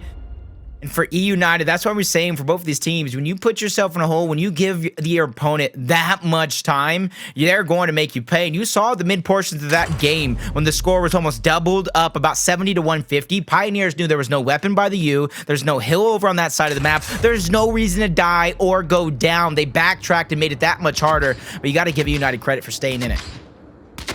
I give them a ton of credit for being very gamey throughout that entire round. We come here to round number 3 on the map. Both teams rolling out toward where the second half neutral hill is, that U side of the map, that Overlook side. Pioneers might not go with a triple Lancer defense this time. They're going to push up to the top side of the Overlook. The Lancer from the Heaven is there for just a moment. Somebody's flash gets lost to the abyss down there, but TJ on a big flank catches 1, now 2! TJ goes huge in this situation. Snub damage on his Xysho. Shot over the top, trying to get it down. My man took that cubby cover and said, nah, I got this. Don't you worry about it. Hndles with a wrap, won't be able to get anything, and that might be a wrap for this round. Bronny, the only player that can touch for the reset, bounces in full red, now down. He might be dead. No, the revive is through and true, but they get caught in a blender. They're shredded like cheese, baby. I take my Swiss a little melted on the top of a hamburguesa, baby. Hey, please don't get me hungry right now. We still got so much of this grand finals to go. Last thing I need is to think about a delicious burger right now. That's the last thing I need. I'm already there, baby. I'm already on the delicious burger. I'll tell you right now. Look. Let's give a shout out real quick to Gears Esports. 20,000 viewers. Make sure you guys go out there and continue to spread the love, spread the joy. Tweet it out. We got a great grand finals on our hands. Tweet it, share it, watch party it, bring the love to Gears Esports, because Gears fam will only grow and it'll only be greater. Be good to one another and make sure we're good to everybody so that we can make this fam as big as possible. We coming to round number 4 here, last round of the first half on Escalation before the hills flip. We've got an Incendiary on one side, Retro on the opposite. Bronny taking over that B hill early with a teammate. They're going to get a double cap early. Smokes out. Pioneers playing heavy defense here. And the eUnited boys will send Powerz to his doom as he gets picked off by that Incendiary of Xysho. That was a full-on play call from the Pioneers. I was going to say, that's a brilliant play call by them to get the double cap there at B and to just sit at their home and allow for the retake to come through from the side of eUnited in that attempt anyway. A lot of trust into Xysho as well, because if he doesn't get that elimination, eUnited is probably barreling down, decapping that hill, having his work cut out for him. He bought him just enough time for Hndles to rotate over. and be that extra helping hand, making eUnited second guess that decision and push, forcing everybody to backtrack. And that's where you see this split. 2 towards one side, 2 towards the bottom. Bronny gets flashed for just a quick second, but that quick second is all eUnited lead. As they go in, they push. Powerz gets the down. Quick revives back up for eUnited as they got 2v1 after 2v1. Bronny went down. Now it's Acells who's feeling the heat in the kitchen right now as the decap's going to come through. Powerz is getting the damage, but Demise chooses not to chase the kill. Still in 2v2 on this side of the map, but eUnited backtrack very similar to the Pioneers, saying, hey, we have about 50 seconds to come back. We don't want to give them any opportunities just yet. One player playing over the God spot, that's Powerz. He's looking for that player to go up into heaven, maybe try to get an angle down onto him. I think that's what the play is. They're going to try to get some early damage onto Powerz and then push Acells into a position to lancer him from the front side. Powerz there. Only about 30 or 40 damage. Actually, 70% damage on. That was a ton of Lancer fire very quickly onto him. Challenging through the middle. Here comes a couple of flashes. Powerz bouncing around trying to stay away from all that excess damage. 3 players might push him. He's getting shot from 3 different angles right now. Demise all by himself. Has to try to find a kill. Won't be able to find any. On the opposite side, though, it'll only be Hndles that drops. And I mean, TJ finds himself once again in a very precarious position. He was waiting for somebody else to flank around, but it looks like Xysho has sent himself all the way over to the A-hill to ensure a possible triple cap domination. First shot missed by Xysho. Powerz goes super wide on him. Third shot in, third shot out for the kill there onto Powerz. 2 more players into this position. Xysho gets 3. Xysho goes absolutely huge. He says, look at me, boys. That's why you trust me with that incendiary. That's why you put the pressure on my back. I'm telling you right now, Jacob, you know how much talking trash these boys from the Pioneers like to do.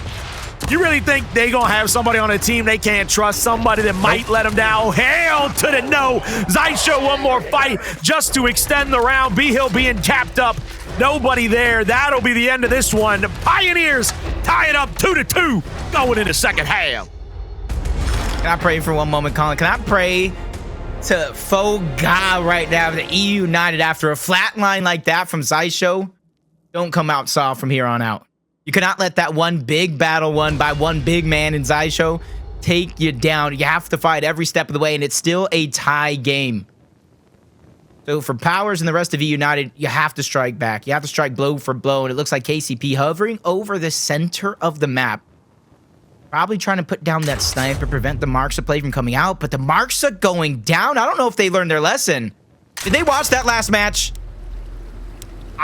Whether they did or they didn't to me is absolutely irrelevant because, I mean, think about, do you really think the Pioneers are going to be scared of anything ever? Anything you throw at them, the Pioneers are not going to be scared of it. That's some grown-ass men over there, Jacob. I'm telling you straight up, they are a different breed. They don't get scared of nothing. They're going to have that Marksa down. Dyslexic is going to have a 1v1 here at the U side of the map. Cells, he's going to throw out a long-range incendiary. He's not going to catch him, but he's going to cut off a bit of that damage. Now he's going to have to turn back and try to get a fight win here in a 2v1 for a moment. Incendiary out by, gets the kill on the Hndles. Acells still alive here, but he'll be in his own 2v1. He has to roll back. A 2-1 hill advantage. They go over early to eUnited, and it looks like that's exactly what they're doing here.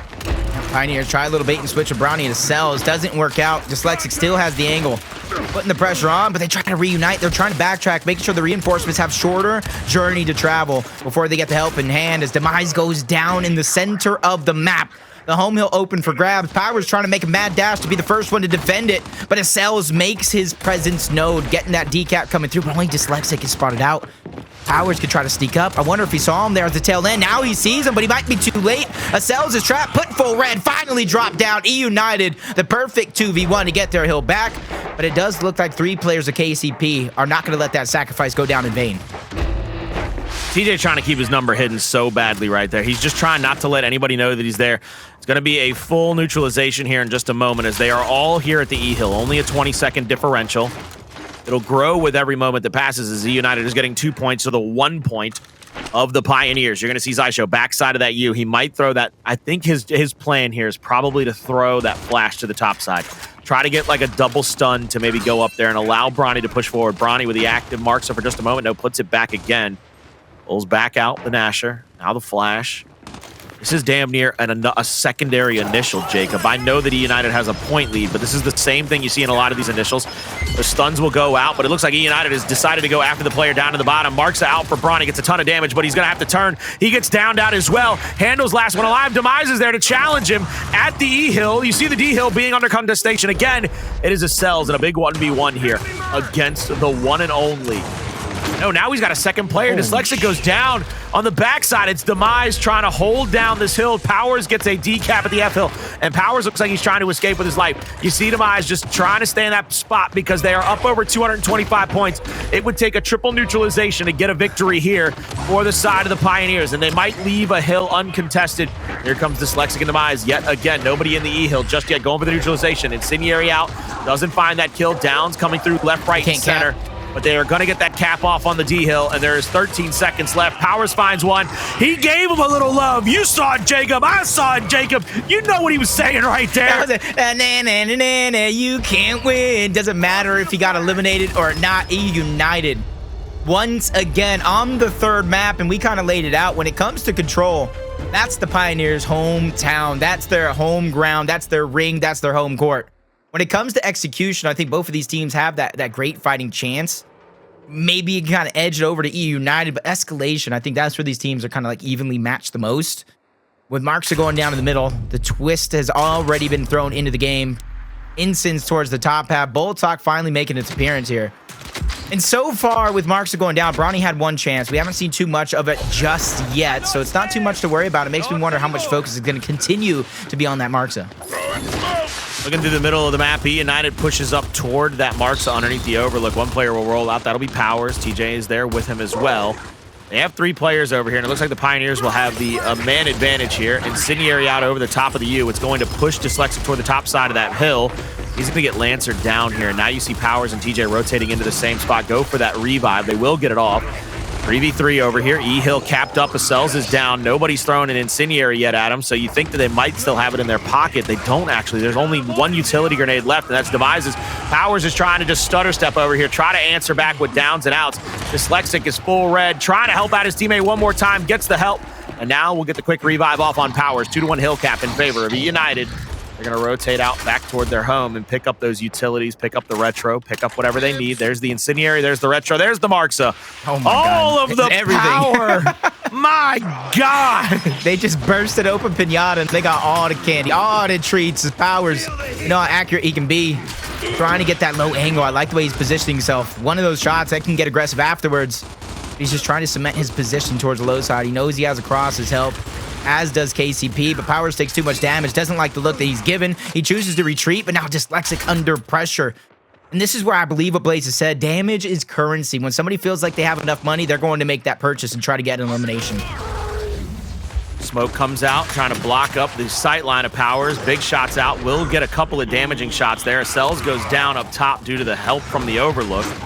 Now it looks like Xysho has to rotate back. Hndles is in the area for that revive. They're going to challenge Dyslexic onto the 45. Xysho, very heavily damaged up, like you said. It is currency. You're just trying to make that play after the right time. Powerz, though, can't save his teammate, but I don't know if it matters really as they continue to hold on to the E-Hill. They keep the death staggered out. They keep a man advantage down to 39 seconds, and every second that ticks by gets eUnited 1 round closer. They get up to that 4-round situation where they have a chance to push into that position to get that next map, to tie it up 2-2. Oh. Hey, my man. That little, hey. All right, Dyslexic is not going to see the flank.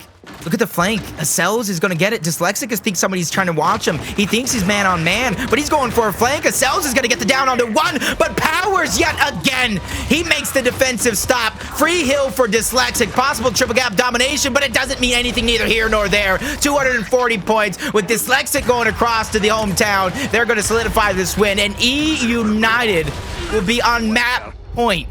1 more round away from tying our grand finals up at 2 rounds apiece. I'm just telling you, Jacob, I called Powerz the Riddler earlier. He is Edward Enigma.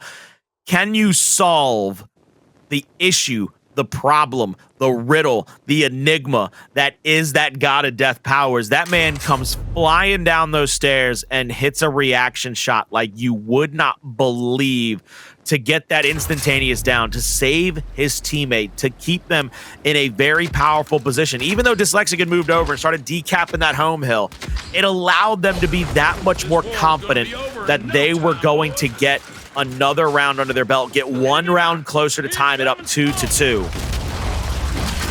And that's all you need. Every single step, inch by inch. You don't have to win the map in one round. Time to take step by step. TJ, once again, first chance in this matchup with the marks. The last time we seen him versus PK, he took over. Great shots being traded away, but Powerz in a 2v1, he gets shut down early. TJ putting some great shots onto Bronny.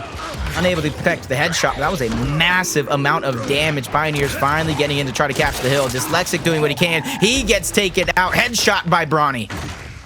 Headshot down. Bronny gets the kill on Dyslexic. Now Bronny will be rotating back toward the E-Hill, going back toward the overlook. It'll be TJ there with the Marksa. Bronny with the long shot in hand, looking across toward Demise. Demise would have to hit 3 straight shots to try to get a headshot here. See what he can do. Bronny's looking around. He's looking for the angle. I believe he saw that one player on the stairwell. Not sure if he's able to get that positioning just yet to get that kill or that down there.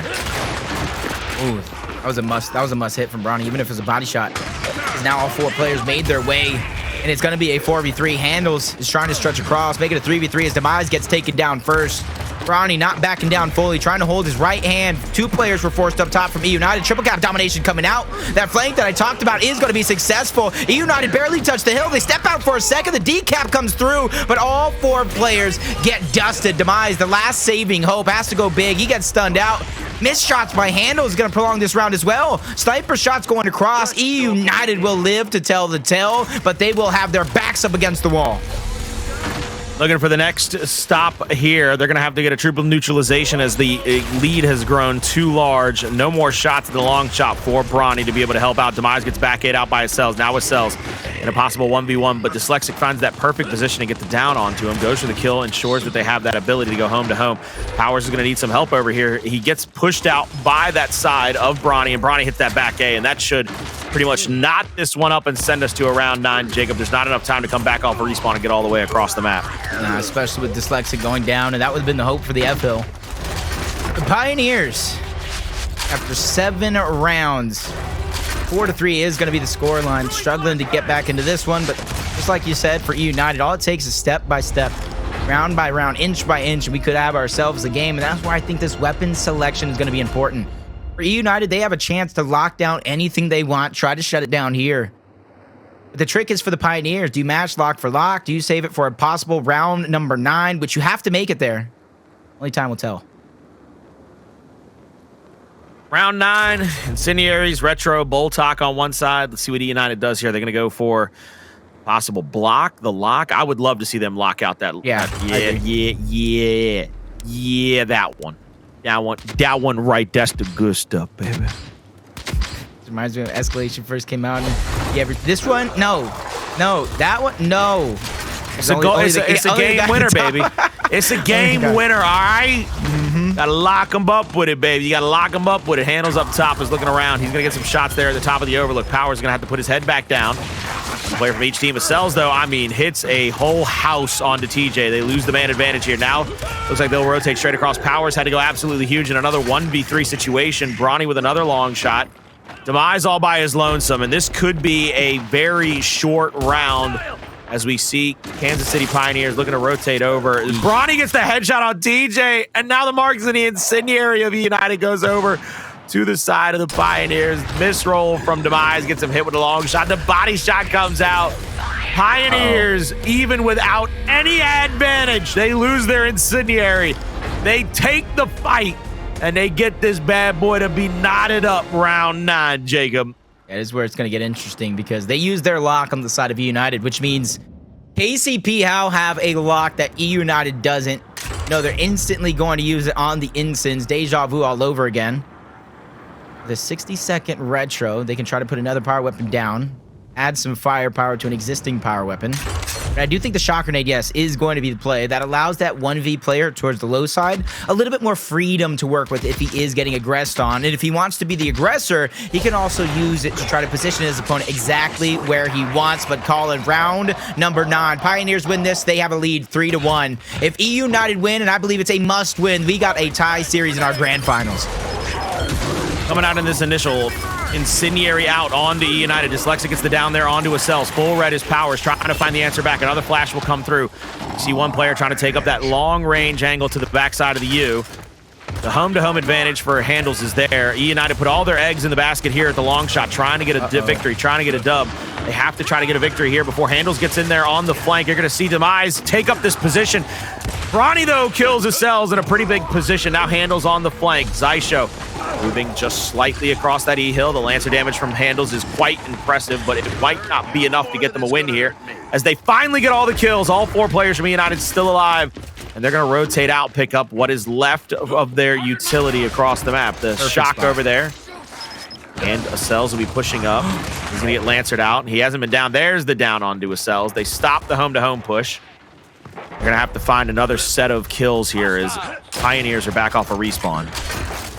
It's going to be really hard. That shock grenade that we talked about is going to be in the hands of Demise. So if you guys are looking at your minimap, Demise is going to be number 4. He's going to play that flex rotation, giving up TJ that God spot or in the heaven spot with that Marksa. Last time we seen him with the Marksa in hands in this same spot against BK. It was a driving force, being able to affect all around. Powerz connected with a body shot. Xysho is going to go down to that Marksa, and that forces somebody from Pioneers to go back. That allows for eUnited to rack up even more time, and they have about 40 more seconds before this is tie game. See what they can do here as they push into the situation as the boys from eUnited have to be careful. Oh! That was, hey, you've been saying it all weekend. That's high risk, high reward. 2 players from eUnited will be getting those kills. 3 players from eUnited will be getting those kills. Powerz with a body shot up top. We'll see that home hill go in favor of the Pioneers. The 2 players that have died will go off respawn. Smoke comes out. Powerz will rotate back down. He's going to probably try to get an angle here to help his teammate out. They're going to send the 3v2 over here. Xysho's going to get that first shock. The shock gets the down there. TJ will move up. He doesn't know where Acells is. Acells wraps twice and gets taken down. Now they have to push back over to E. Powerz with the active of the long shot. Misses the first one. Now active again. Sees Bronny. Hits the big body shot. Puts him down to 20%. Trying to just tag him for the last little bit of his health. Hndles moves in. Gets the wrap shot on 1. Now Powerz has to get 2v1 victory here as he has a teammate, but the teammate's on the flank, and it might be a little too late. He misses the first. Hndles finally goes down. In for the revive. Bronny baits the revive. Bronny baits the revive. E-Hill getting decapped. 20 seconds left. They're going to go for the 2-1 hill advantage yet again. Nobody's in the area. Acells is at the home. Pioneers, they're going to take this map. 5-4. It's going to be 3-1. I cannot believe my eyes, Colin. I don't want to blame it on one person.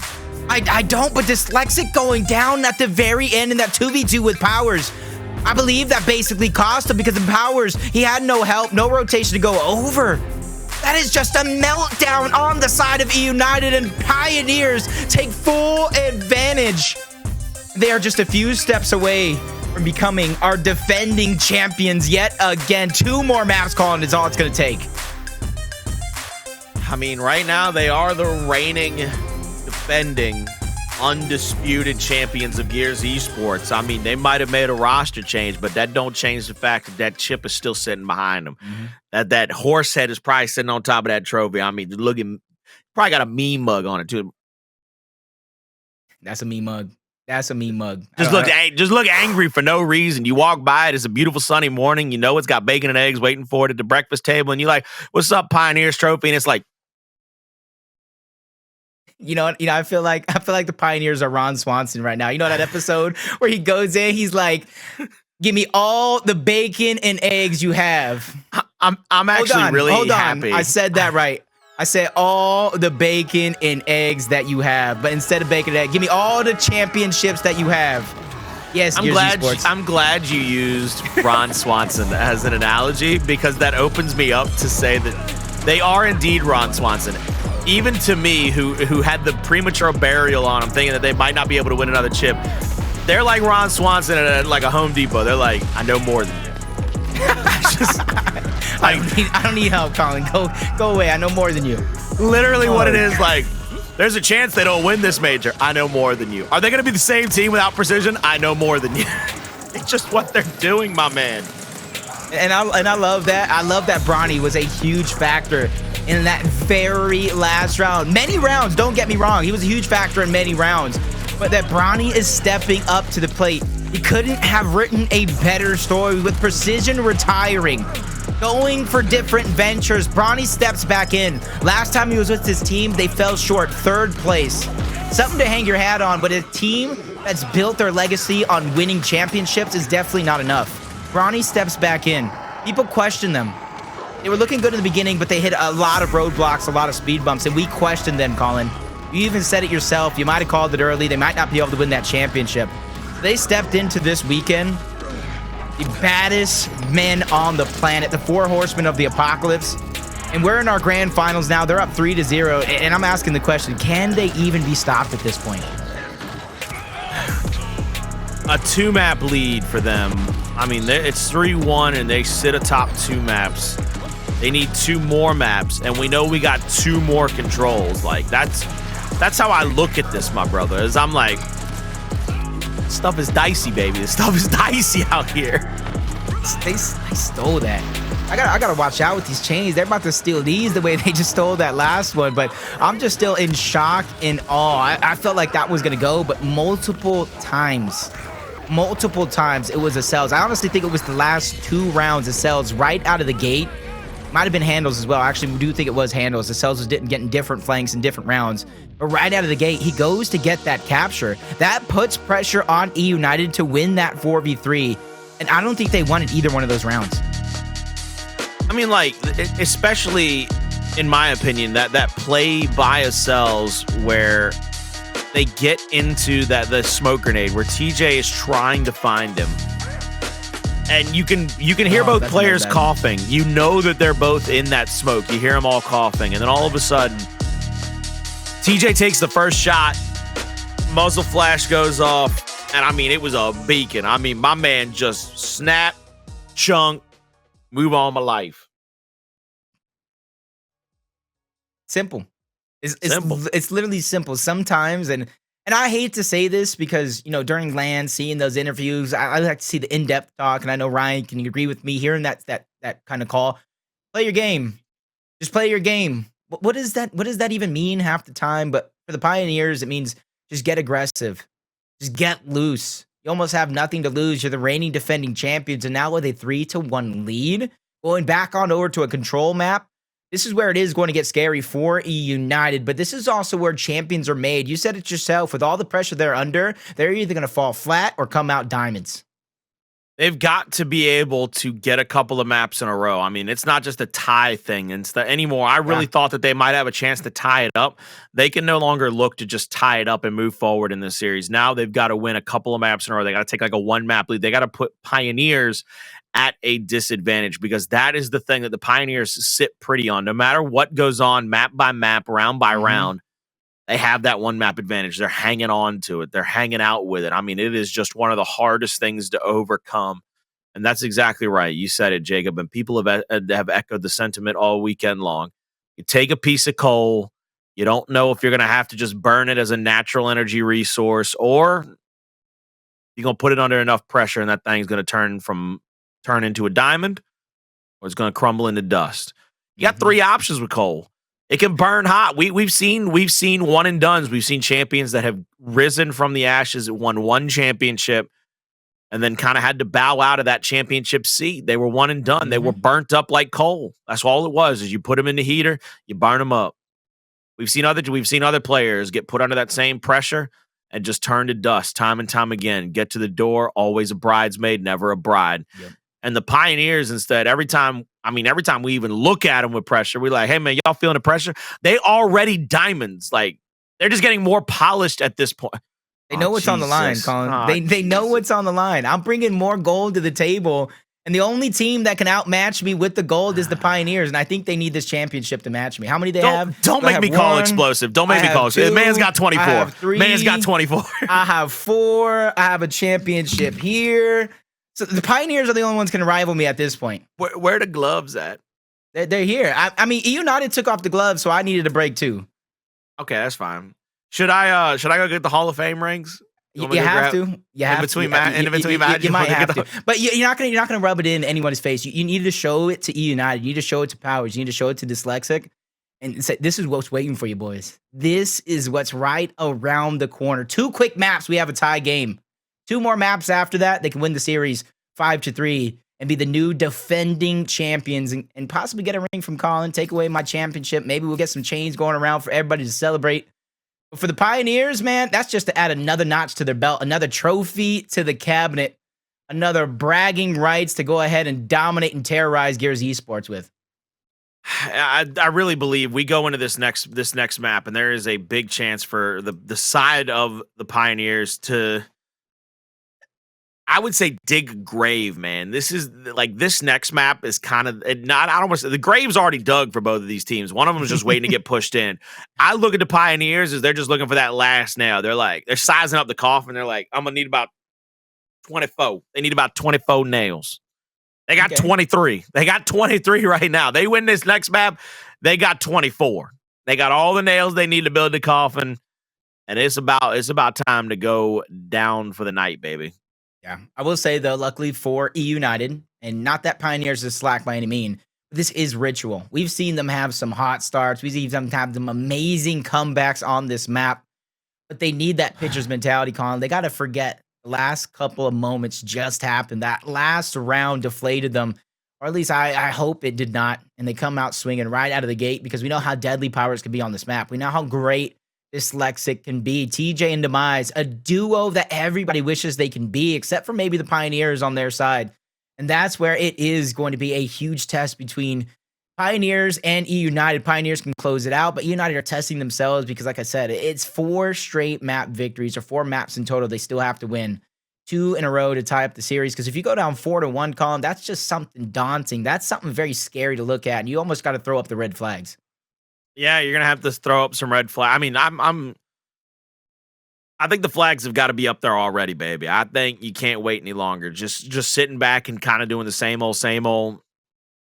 You're gonna need some energy. You're gonna need some passion into this matchup, injected directly into this matchup by the side of eUnited if they want to have a chance at it. Because I instead of looking at it like round by round, map by map, I almost look at it as you're down 1-0 in maps, and then you get real close in map 1, but now you're down 2-0. And you get map 2, and you're down 2-1. You get real close to map 3 to make it tied up. Now you're down 3-1. That's one of the worst things you can do to somebody, too. Give them hope and just rug it. Hey, look, that's the problem. But ladies and gentlemen, eUnited's looking for vengeance. And they're looking for vengeance like they were the Dark Knight, where you got to go only in theaters March 4th and see the Batman. They are presenting this Gears Esports Winter Major. And they are trying to be the vengeance like the Dark Knight himself. Yep.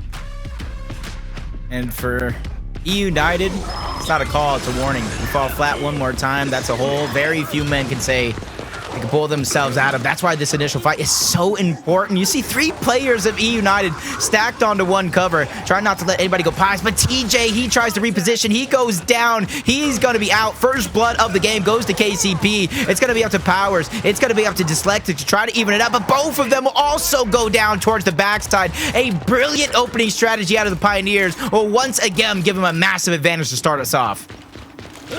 Coming into this initial, Pioneers already getting the kills they needed. They've forced out the side of eUnited to multiple sides of this map, looking for a different couple of angles. Acells will be on that pillar. He sees 2 players. He knows he'll get challenged up. Pioneers, Xysho's getting tagged up as well. They'll roll back toward the altar. They're gonna bring their team back together. Revving up the torpedo, looking for a pick there on Demise. Misses that shot. Demise will get the down on Acells. Quick revive out. Looking for some more pickups. Secondary fragmentation grenade will get a kill there on the Hndles, and now you see what they're looking for is an extra kill through the front side. Xysho revving up the torque is going to go for the splash damage kill. Xysho tries to get in there for the secondary shot. TJ doesn't go down, but he almost is. Double bounce in, gets the back A there, and eUnited has taken control of the altar hill. Yep, not a lot of time left though, especially not enough to take the lead right back, but with those downs, those eliminations, that's going to give them the go-ahead positioning, but revive back up. 3 players of Pioneers, wolf packing around, trying to make sure they're as healthy as can be, but eUnited have the angles. Powerz trying to be a driving force, but Xysho, once again, is going to be the shutdown that he needs. Players still towards the backside. Demise gets a down, but once again, they get the shutdown deep into the spawn. TJ gets that 1v1 opportunity, but even he gets shut down. They had that one moment of brilliance, but everything right now is going away of the Pioneers. Pioneers looking for another step forward in the right direction as P2 will be under their control early in this one. 2 deaths already. Reunited, and now they're going to be able to repush. 2 players coming in from the close spawn, 2 coming in from the middle of the map. Not able to find that opening just yet. Here comes Bronny. First shot over the top onto TJ. Now Bronny pulls the flashbang. TJ tries to push out onto him. Bronny realizes discretion is the better part of valor, trying to find an angle back to his teammates. Xysho looking to find an extra shot on. Powerz comes through on the flank, doesn't able to get one. He's going to get picked up for the meat shield. Demise, and I believe all 3 other players from eUnited are right here, right now, getting the kills they need. They will be in the hill, and with 30 points left, they have an attempt here to at least cut this lead down to maybe 10, 15, 20 seconds. Yep. With that Torquo, that attempt's going to get even bigger, or at least prolonged, so they're going to be able to get the time onto this hill in which you spoke of. They're going to be able to push out, try to give Powerz those angles, and almost makes me wonder what the heck are they doing right now, because I want to see them try to advance forward, maybe get some position. But taking their time, I'm just thrown off guard, Colin. Field Torquo not being out just yet. Powerz advancing in his spot. He did have a little bit of help. They did have the time on the clock for the hill not to go over. It looks like he's going to try to thread the needle. Person in front of him, Hndles, is going to be the first player drop down and out. Tries to go from downtown. Makes the player move, and I think that's going to be good enough. Goes for number 2, still unable to connect. Bronny now getting aggressive, unable to connect yet again. Powerz gets taken out by Bronny, who stepped it up here in this series. Tries to go back-to-back. Bronny gets shut down by TJ. The battle's going to continue. TJ gets 2. TJ gets 3. Goes for a 4, but Demise is going to take that one, but TJ gets the credit for it. That's going to be a squad wipe for eUnited, and a possible tie game if they can capture the rest of this time. See what they can do here is they come back into this respawn straight ahead into the small cubby corners. TJ will throw his smoke out.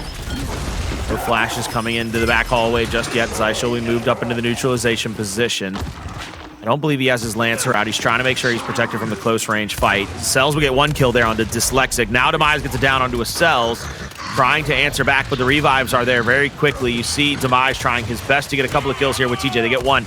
Now looking to get a second. Big shot missed by Demise right there. The hop over the top won't be able to get a kill, but Acells stays alive throughout it all and is still standing, still putting out damage into the hill again with 20-some-odd seconds to go. Maybe getting up over 100 here next to that position. Yeah, and back-to-back kills when it looks like eUnited might try it up. Pioneers make a last-second push to get the last second of that time to keep their lead intact. And once again, you see Xysho trying to retreat. He had that position at the top half of the map, but he's trying to draw them in, possibly set up a trap, but I don't think eUnited is going to take the bait. They got the position on the hill. They're going to slow down, try to set up just a little bit, and continue to gather the rest of that scrap time. So it's going to be very, very important when TJ tries to rotate on over. He gathers as much information as possible. Torquo rubbing up in the hands of Hndles. Splash damage, not able to connect, but he still has 3 more in the quiver. Multiple opportunities left.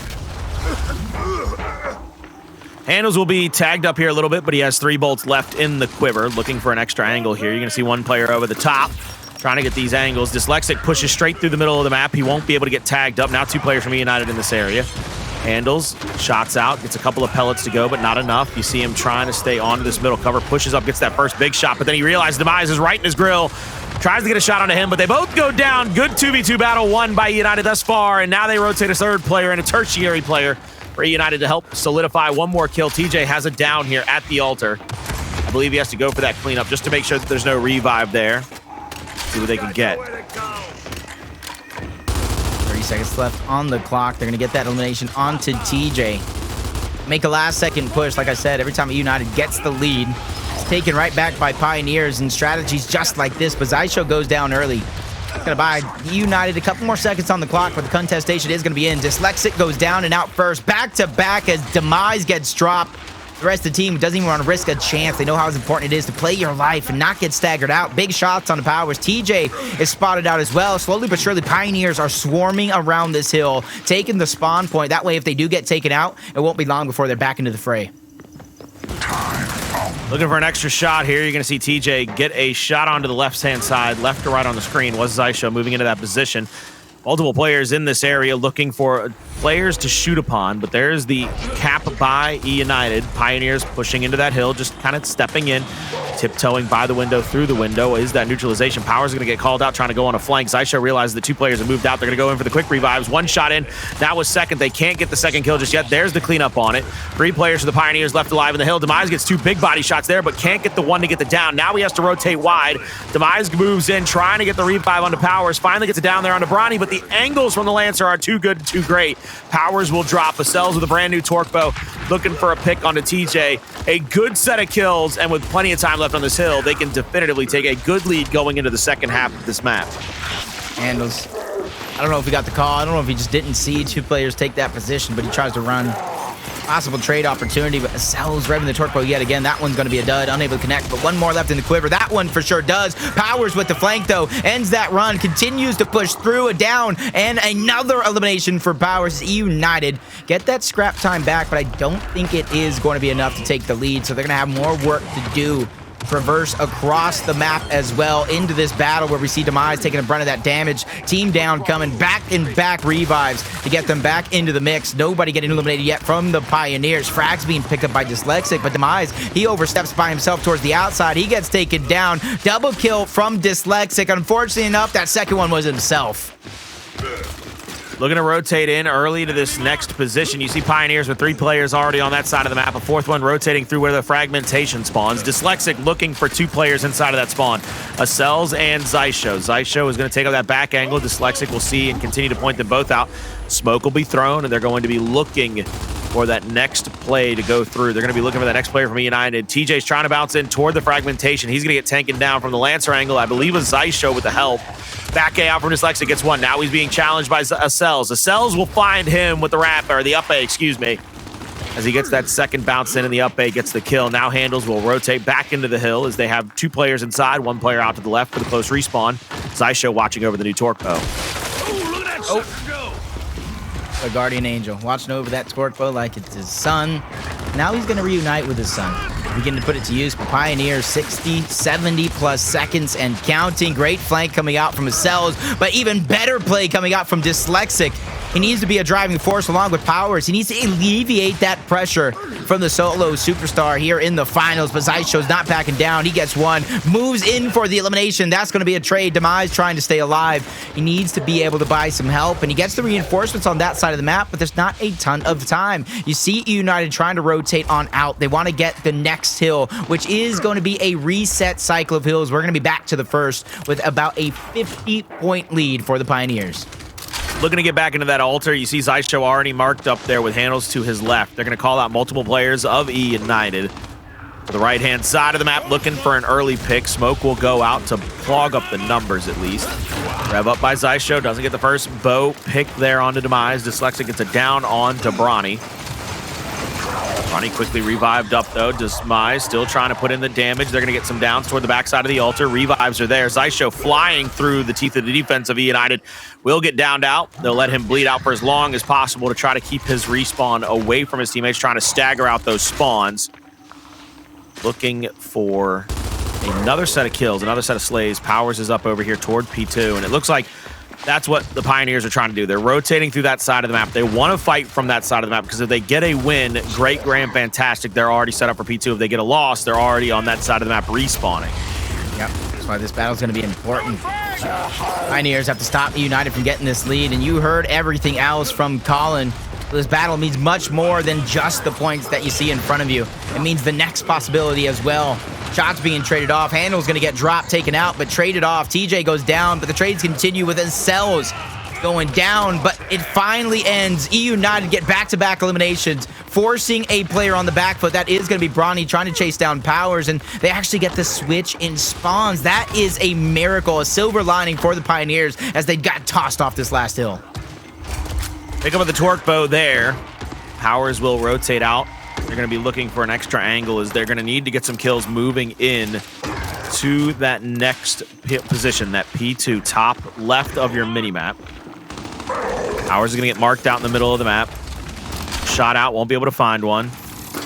Looking for a second one. Finds the pick on a Hndles. That's the opening they need. Flashbang will go off in his face, keeping him stunned out. Now looking for a pick there onto Acells, who's rolling over to help Bronny. Pick there onto Bronny. I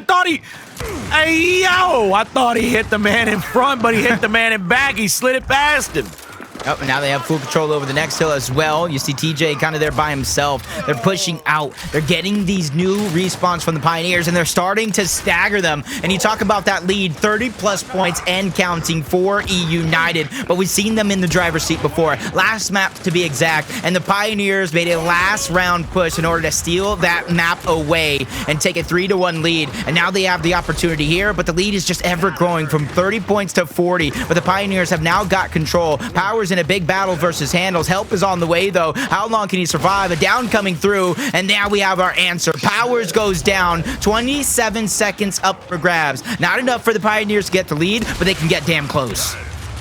Looking for the next advantage. Bronny will try to get that first shot on. He's going to get Lancered out. He might go down, but he stays up over the top of that cover, so he's going to have a teammate there behind him. Bronny and Xysho still here together, looking for that next angle, looking for that next position to take over that spot. Hndles is going to rotate toward the spawn, try to get some help for his teammate. I mean, the way that they're able to rotate around, the way that the Pioneers are able to get into a position to help one another is what is winning them most of these team fights and most of these maps. The fact that eUnited can't get the flanks that they've been able to get most of the weekend to win these big matchups is what's killing them. They're not able to get their star power going where they're able to get these 1Vs, these 2v1s, these 2v2s, whatever it might be in their bag, and it is causing them tremendous grief. Yeah, Pioneers are doing such a great job of being able to disperse after every one of those eliminations. They're spreading out. They're playing the team game as well. They're not afraid to converge and give up position because they know that death ball is just a short step away as soon as they reunite as a team. Dyslexic went down for just a few seconds, though. That's because Demise gets the revive. 3 straight bows in the quiver. First one is going to be inactive, but timing is of the essence. Pioneers have recaptured the lead right back. Finally, that first one is going to rev up. Splash damage in the corner onto Bronny, unable to connect the elimination, but back-to-back bows, but none of them able to get the elimination. 3 players will go down for eUnited. The 4th one is being chased away. This is not looking good as Pioneers are threatening with their 4th map victory.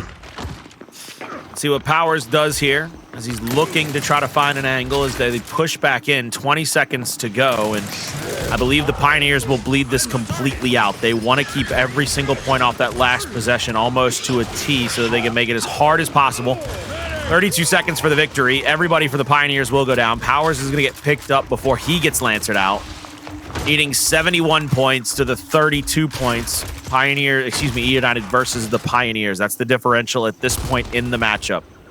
Next hill is going to be there at the Bones side of the map. Looking for the angle. Smokes come out.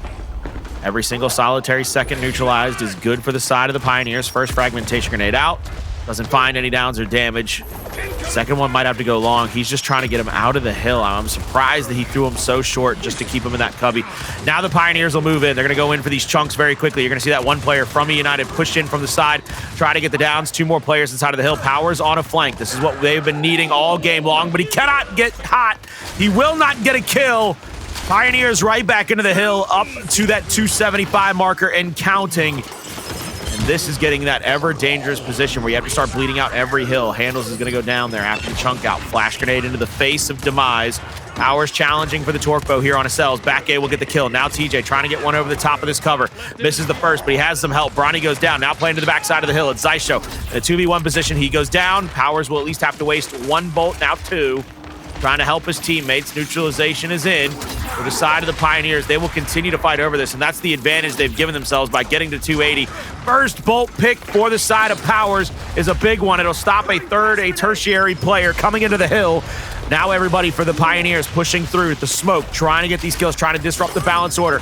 9 seconds left. Powerz has to stay in the spot. Needed one more big shot on a Hndles. Gets it there. There's the down. Will he pick up the meat shield? Still hasn't gotten the kill. He misses the secondary shot on that player who is down. eUnited needs 5 more seconds before loss. They got to get the neutralizations. Revive there. The big chunk on the turnaround, but they only need 1. He rolls out of the hill. He rolls out of the hill for the loss. Pioneers 1 map away from being your grand finals winners yet again. My God, Jacob MVPR, they pick up back-to-back maps. The Escalation, the Control. Can they finish it off? They need 1 more map. Don't go anywhere, ladies and gentlemen. We might have the conclusion of this matchup right after this.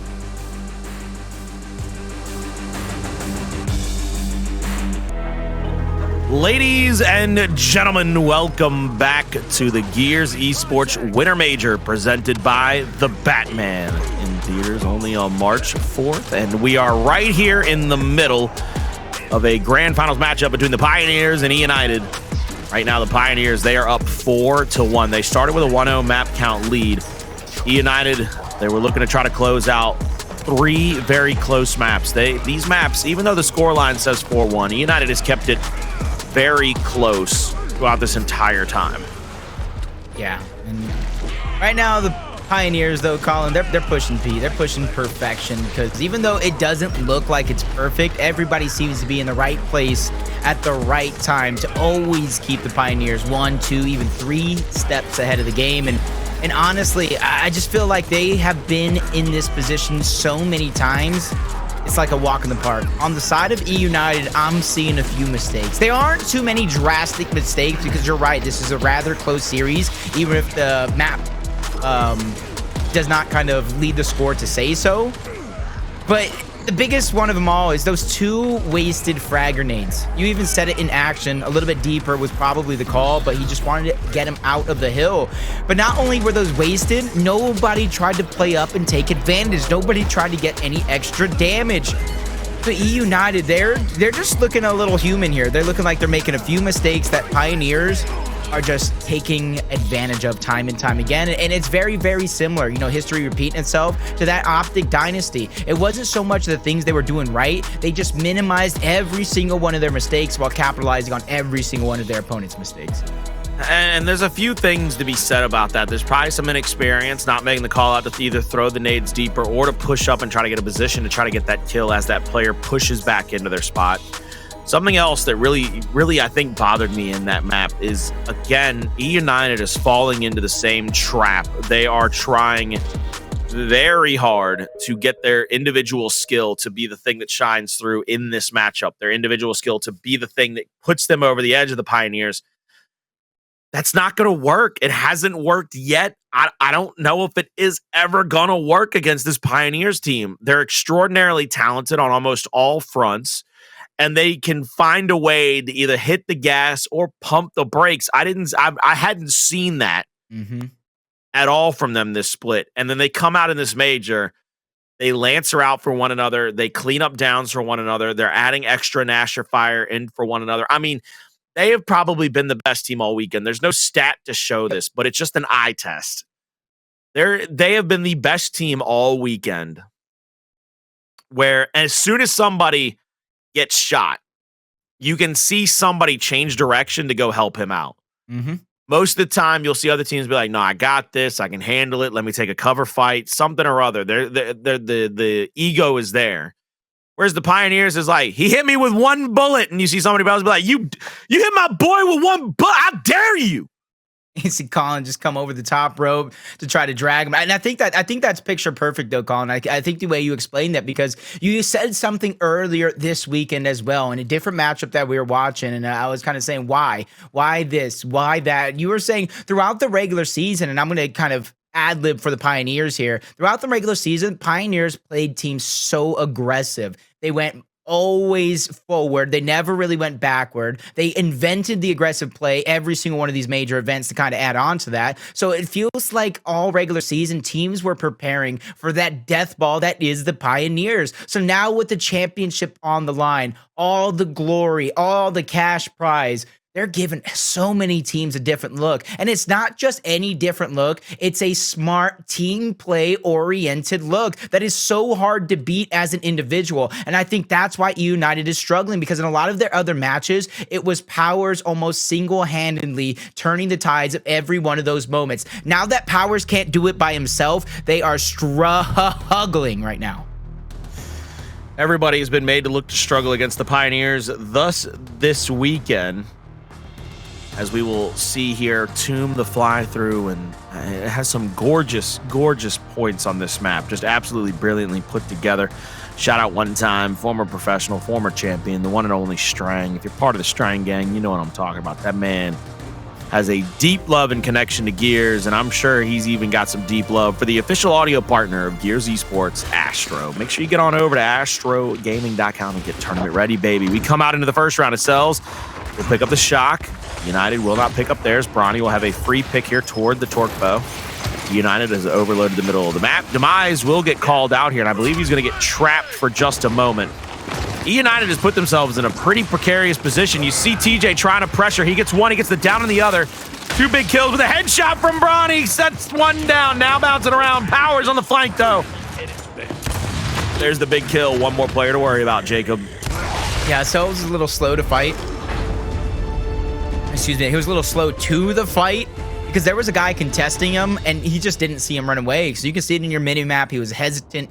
He was watching the corners. He didn't want to get snuck, which allowed eUnited to continue to press forward and take man advantage after man advantage and hold on to that man advantage. And I like the way they play down low for the Torque, but we've seen a lot of aggressive during the regular season in towards the middle. But every time some sort of playoff, anytime some sort of major event rolls around, you see that switch up a strategy, a different focus in mind. Looking into this position here, Bronny will pick up the Torque Bow yet again, looking for a pick here on the Power. Sees the mark, throws out one bolt, won't be able to get it. TJ has picked up the long shot on the opposite side of the map, looking to that left-hand corner. Can't find anything just yet. We'll push everybody backwards. Powerz now. He'll be able to switch out for the long shot. They're going to trade out that weapon toward the top side of the map. Looking for another overlook, another overwhelm here as we are all knotted up. One power weapon in the hands of each team, and both teams having to worry about this 4v4. No advantage for either squad, Jacob. No advantage just yet, indeed. But Powerz trying to look for that advantage that you're talking about. Almost spots the pixel on his rolling enemy, but gonna let him go. And this is where it's very, very interesting. A lot of execution games, a lot of different matches today have slowed down, unlike we've seen during the regular season. That's exactly what we're talking about. You show one hand and you kind of give it up another time and time again. And that's how you keep your enemies on their toes. So as this one kind of winds down, overtime not up just yet. Nobody wants to make that move. They're waiting for the overtime hill to pop before they either try to get an extra set of weapons and go for the hill, or just straight up go for the hill. 25 seconds and counting down to the overtime hill. Powerz moving to the middle of the map. He's still got 8 shots in that long shot to be able to throw out to try to get, see if they can get what they can go here. Shot on.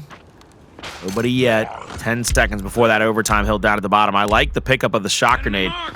Might give them a good advantage there. Torque Bow shot over the top, get some damage onto Dyslexic. Here comes the 1 second left. The frag grenades will go out, trying to find those picks. Shocks out from everybody, but Acells kills himself with the secondary grenade.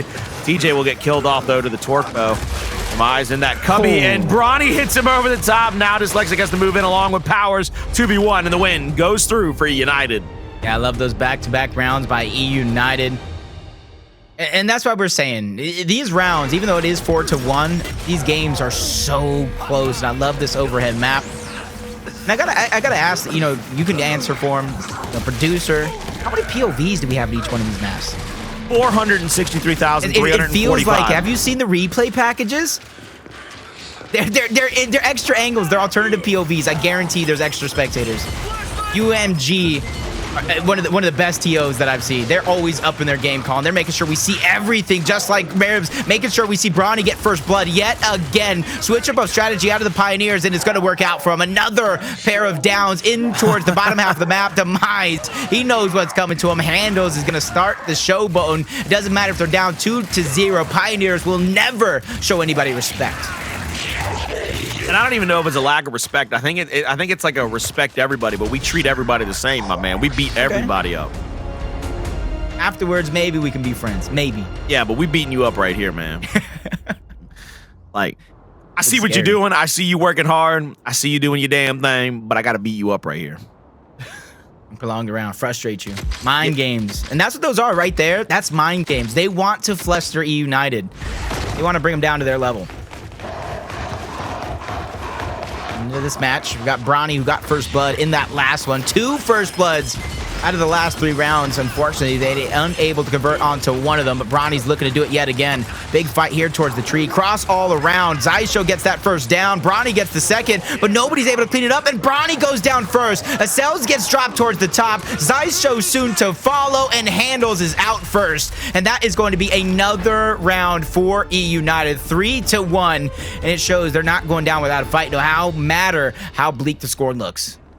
They get this one, it's 4-2, and they've got to win 3 straight maps against the Pioneers, which is a huge mountain to climb. I mean, they're already in a position now. They've got to win 4 straight maps, as it is 4-1. Pioneers here on the premises of that major championship win. Needing one more map. Bronny will throw out a flash across. Powerz is going to push into that middle planter. Damage onto both squads. The Lancer damage was there. Bronny pushes over, or Powerz pushes over to Bronny with a double bounce, but there's the answer back. The quick rotation through the middle of the hill. Demise gets one down. He doesn't turn to get the second. Dyslexic in a 1v1, needed to get it down on the Hndles, but he is down and now out, and ensues another beating. This will be 3-2. Still in favor of eUnited, though. Yep. Once again, every single round you leave somebody down. This is exactly what you're going to see. And there goes the Acells. Rizzo's talking about, I could do this all day, baby. 3-2. eUnited still have a little bit of a lead, a little bit of a cushion. But it's the Pioneers who've actually been switching up their strategies. And I will say, ever since they went towards the tree, the last 2 rounds, it was Bronny who got first blooded. That last round was won by KCP regardless, but that's definitely something for take note of. Because now Bronny has the challenge. You continue to do what you're doing. Do you try to mix things up? The choice is definitely his.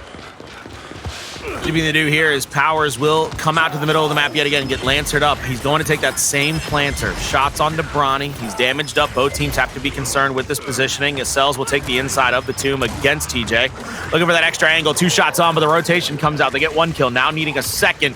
2 players left alive. It's a 3v2. Now a 3v1, as it is only Hndles left alive. He's going to run straight at Powerz, gets taken down and out.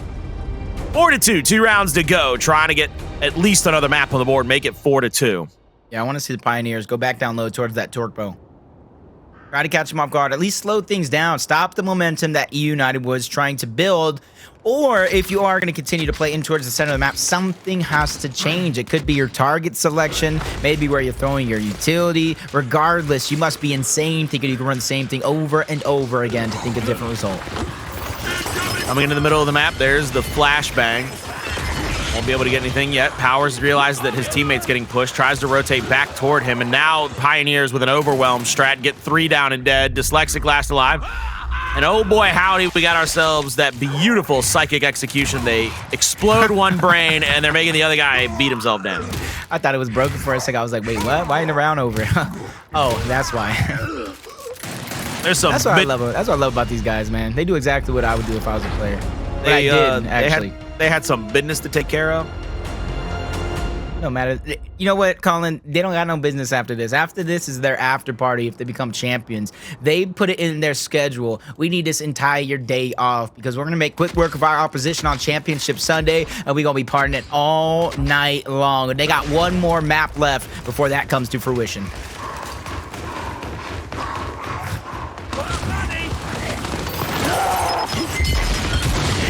Again, Bronny trying to take that tip of spear roll towards the tree. Got Acells towards his right. I believe Xysho on his left, but Xysho gets 1. TJ gets first blood, though, taking out Acells, so it is going to continue at 3v3. The extra angle goes over to TJ, but Hndles catches Dyslexic slipping. Now with 3v2s going to Sue. One of them are trapped in the middle. So this is going to be an uphill battle for eUnited. And look at, they're trying to take additional angles. They're trying to trap these players in. Powerz is going to get angled out as he comes back around the corner. He goes down now. Hndles shooting across the map. He's going to get the down onto TJ. Both of them down and out. Oh, my man. My man. Oh, my man. Oh God. Oh God, that's my kidney. That's my stomach. At least that's they my didn't do what they did diaphragm. yesterday. Yo, what a tap dance right there. Do you see Xysho with the quickness? Look at that. 30 sensitivity. Raise the roof. My man Hndles. Hey, he beat him down, brother. He beat his own teammate down. He gave him the old pistol, buddy. He said, come on over here, boy. Bam! 2 rounds away for the Pioneers. They won the last 2. Momentum on their side. And now it's kind of looking at a switch up from Pioneers early on. This time I'm begging for one out of eUnited. TJ towards the top half. That's going to be a big battle versus Acells. Powerz goes and takes the tree. We're going to have very, very similar war of the middle. Demise is going to be the backup that they need. Acells gets in almost unscathed. Damage is going to be returned fire. TJ gets that first down. Acells is going to clean him up. We continue to trade off. Demise is going to drop, though. 3v2. Powerz has to try to get something to happen towards the top half. He grabs the sniper, leaving his teammate out to dry. 1v3. Powerz with the sniper in hand, and he's not able to make it around the corner. Pioneers are now on map and series point. One more round away, Colin, from being your grand finals champions. Oh, look at Hndles framing it up. He's framing it up. He's framing it up, my man. He said, you look good over there. You look good over there. Oh, look at, he's crying. Look at. Let me drop the tears on him. One more before we end. Oof. Damn.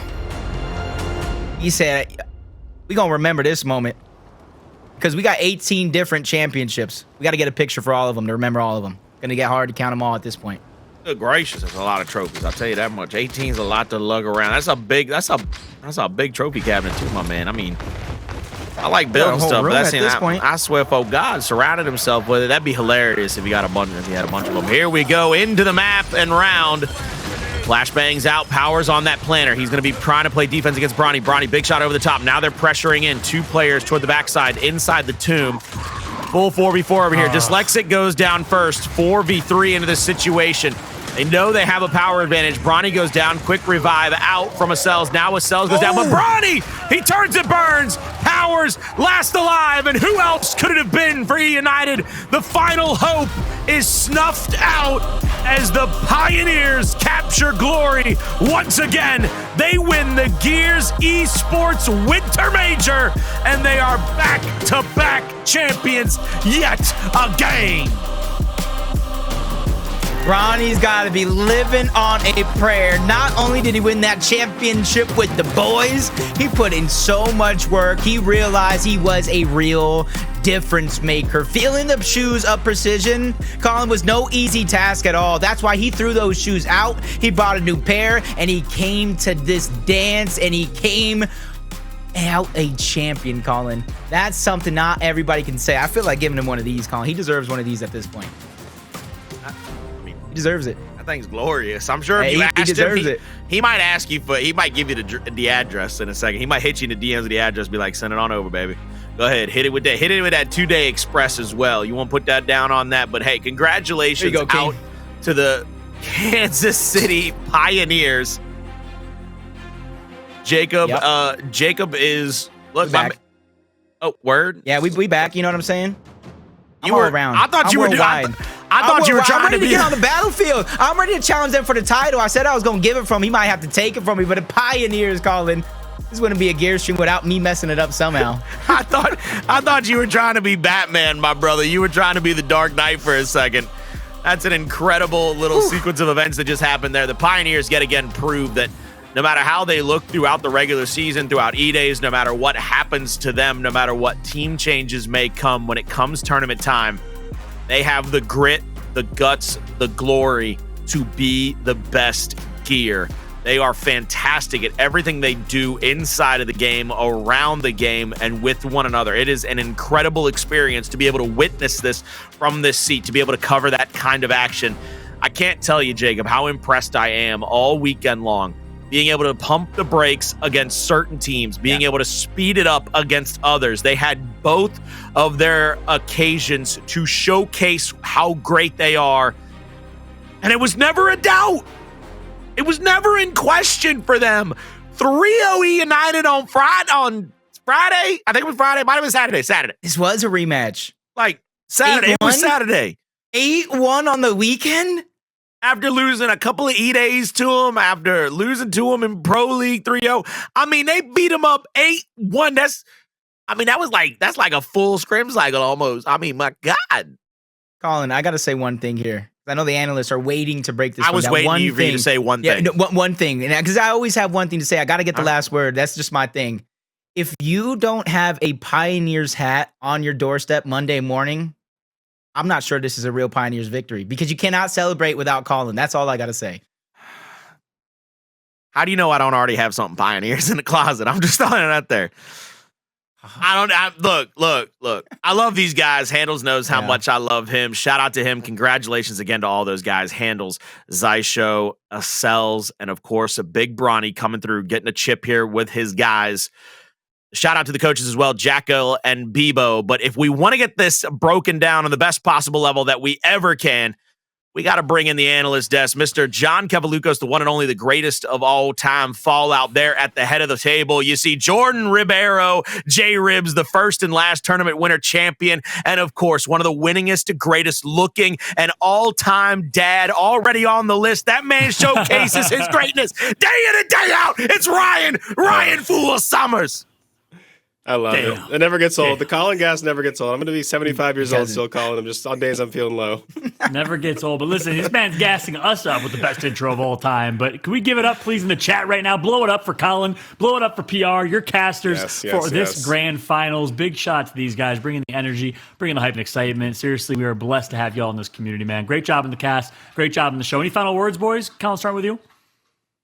I just love that I get to see these players turn up at tournament time. It's always been the thing that draws me in as a fan. First and foremost, I'll always be a fan, and I come for that gritty action. I come for true blue gears through and through. I had my COG tags on all weekend long, and I got to see the best of the best show out and showcase to the rest.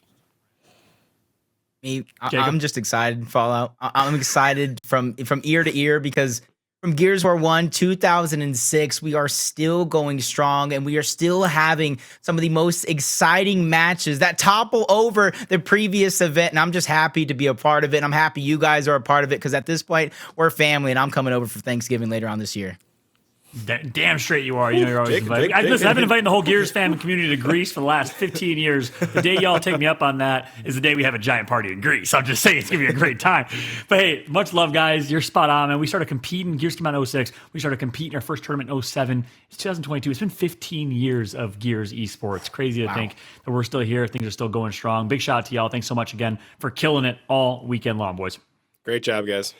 Yeah, and that's going to be it for, of course, our casters and our grand finals competition. What a tournament it was. I mean, from start to finish, oh my God, we were entertained. Obviously, the grand final was a bit of a blowout. Kansas City Pioneers, you just got to put respect on their name, though. We'll take a look at the replays here in a second. But Ribs, KCP is just that good. You called it. Yeah, back to back to back. I mean, you forced it out of me. You said, I did. Will the Pioneers win? I want a yes or no answer. I said yes. I wasn't truly No, you said maybe. No, and then you said, I think they can win. You and then finally you said yes. So here they are. They win it. Bronny, his first ever tournament championship. Amazing. Congratulations to him. Amazing showing from eUnited. You said it was one-sided. Honestly, all of the first 4 maps were close. Winnable for eUnited. They did actually win the execution.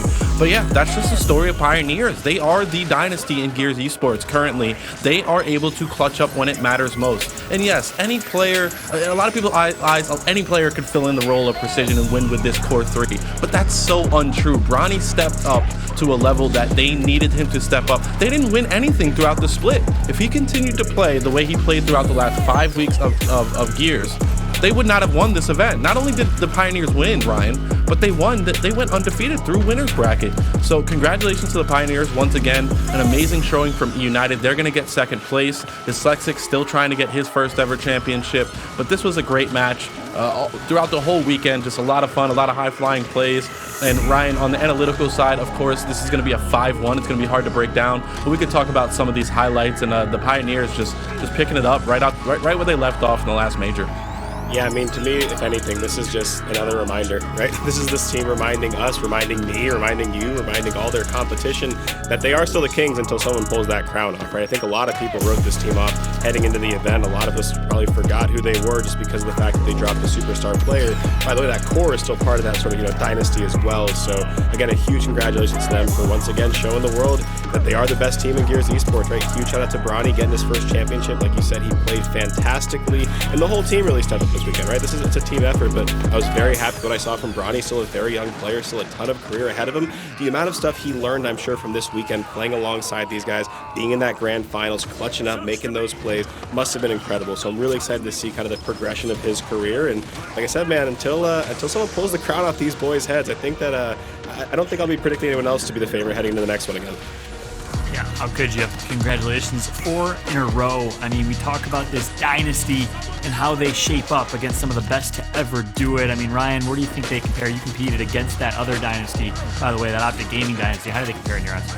Yeah, I mean, right now it feels like a very similar level of dominance, right? It just feels like they have that same it factor. And a lot of times, unfortunately, it's against my teams, right? We'd be ahead of Optic, right? Somehow they'd always find a way to claw it back and take it from us, right? This team has that same sort of factor, right? It doesn't matter what the scoreline is. They can be down, whether it's, down by 4 rounds on execution, escalation, whatever it is. You can be down 120, 150 points on control. You just know they're always still in it. And a lot of times they always go and take it back, right? They have that playmaking ability. They have that absolute ice, right? That short-term memory. And they just don't get down on themselves, and it just shows in the gameplay. So, I mean, this is definitely by far one of the most dominant teams we've had in Gears Esports history.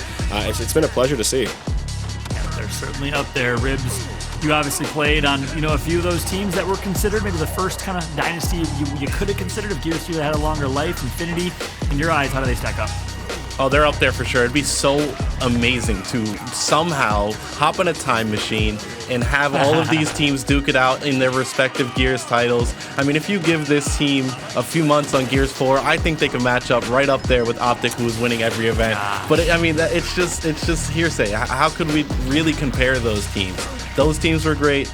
This team is great. They're champions. They are the gatekeepers. The reason why Latin America hasn't been able to win, just like back then, Optic wasn't allowing Splice to win. It's just history repeating itself in Gears. And these teams, these dynasties, they just have that passion. They have that camaraderie with each other. They're brothers. They play the game. They love the game. You see it in their interviews. They're always smiling. They're laughing. And then they talk a small amount of trash, but they leave it all in the game. I mean, all those Y buttons and all those beatdowns we see them do, they back it up time after time. So the Pioneers, there's no point in comparing them to anybody else. They're the best right now. That's all that matters. That's an absolute fact. And look, I got to be honest, man. I'm as proud as it gets. I'm proud of the era in which I competed and Riz, we competed early on.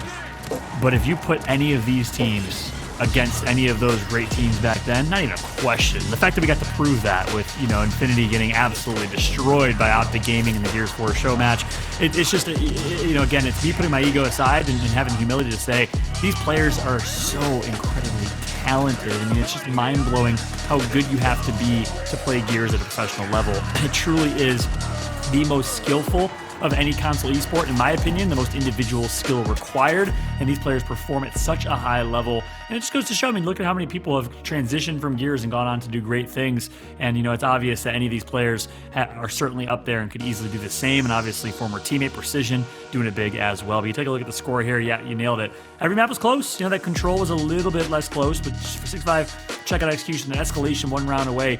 Ritual control 50, 60 points away. And then, of course, 2 execution.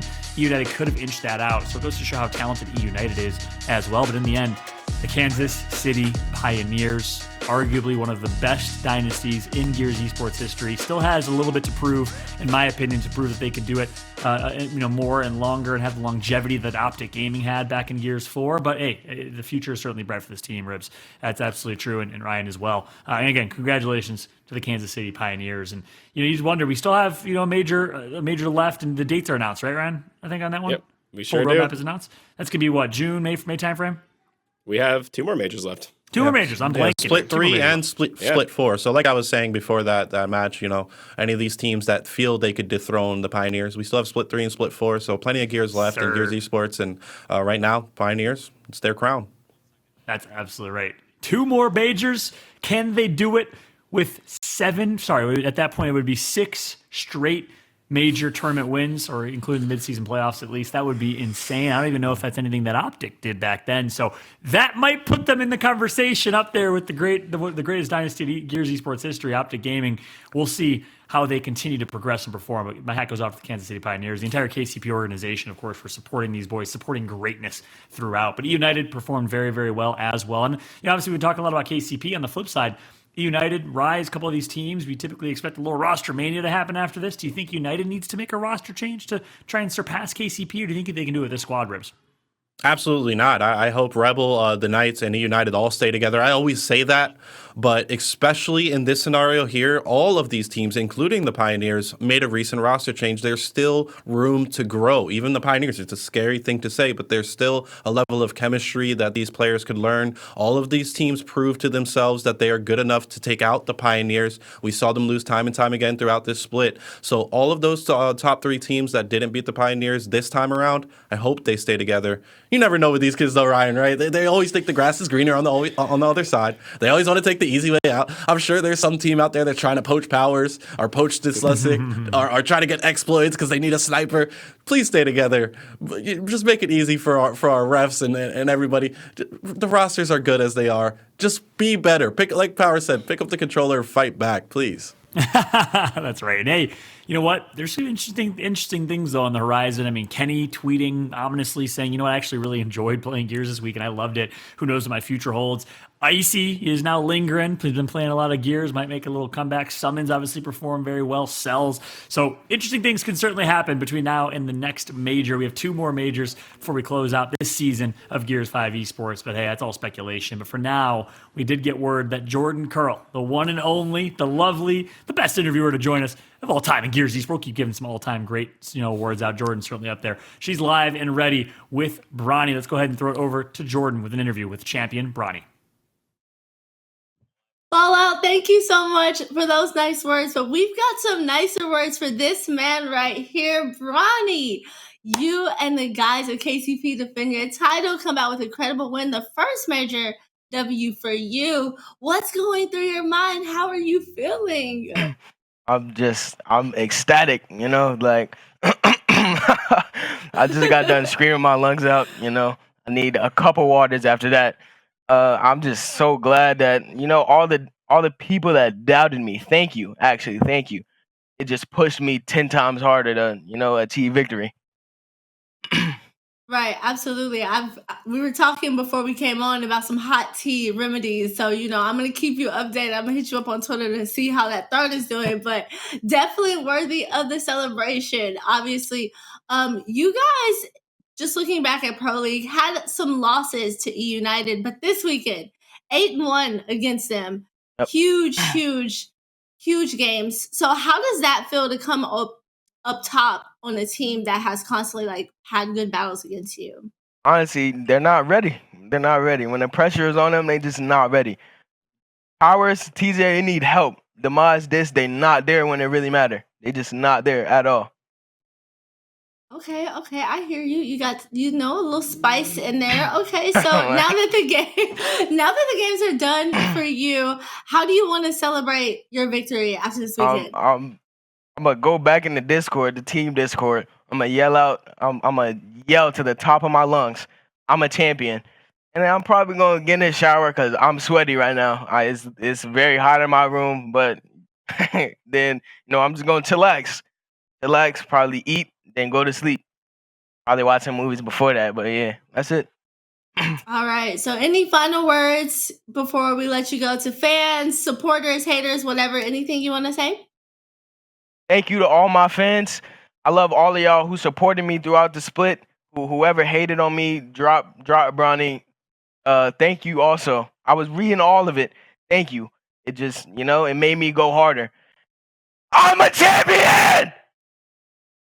I love that. Okay, passionate, fired up, Bronny. Listen, you are doing it right now. Celebrate, enjoy this moment. Listen, you guys certainly do enjoy and deserve all of this. So that's gonna do it for this one, Fallout. But I'm gonna send it back to you guys at the desk for this major's awards and final standings. That's got to be one of the better interviews we've had in Gears of all time. Shout out to Bronny, man. The passion, the hype.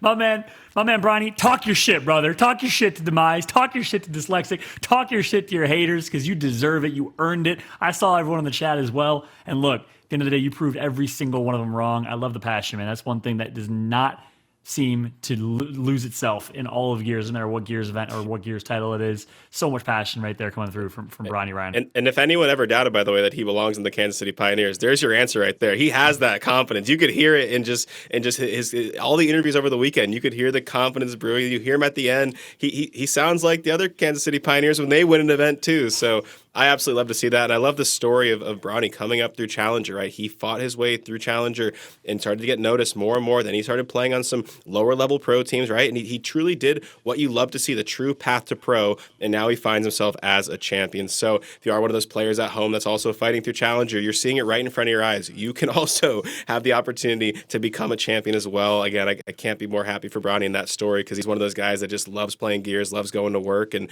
those are the stories that I like to watch those guys get the crown on their head. Can't think of a better replacement for Precision, to be honest with you, man. He fits that KCP mold, that DNA so incredibly well. Well, look, congratulations again to Bronny and KCP. Let's take a look at the bracket, though, see what they had to do to get there. It was fairly easy for them, too. I'm just going to say 3-1 over the Pittsburgh Knights.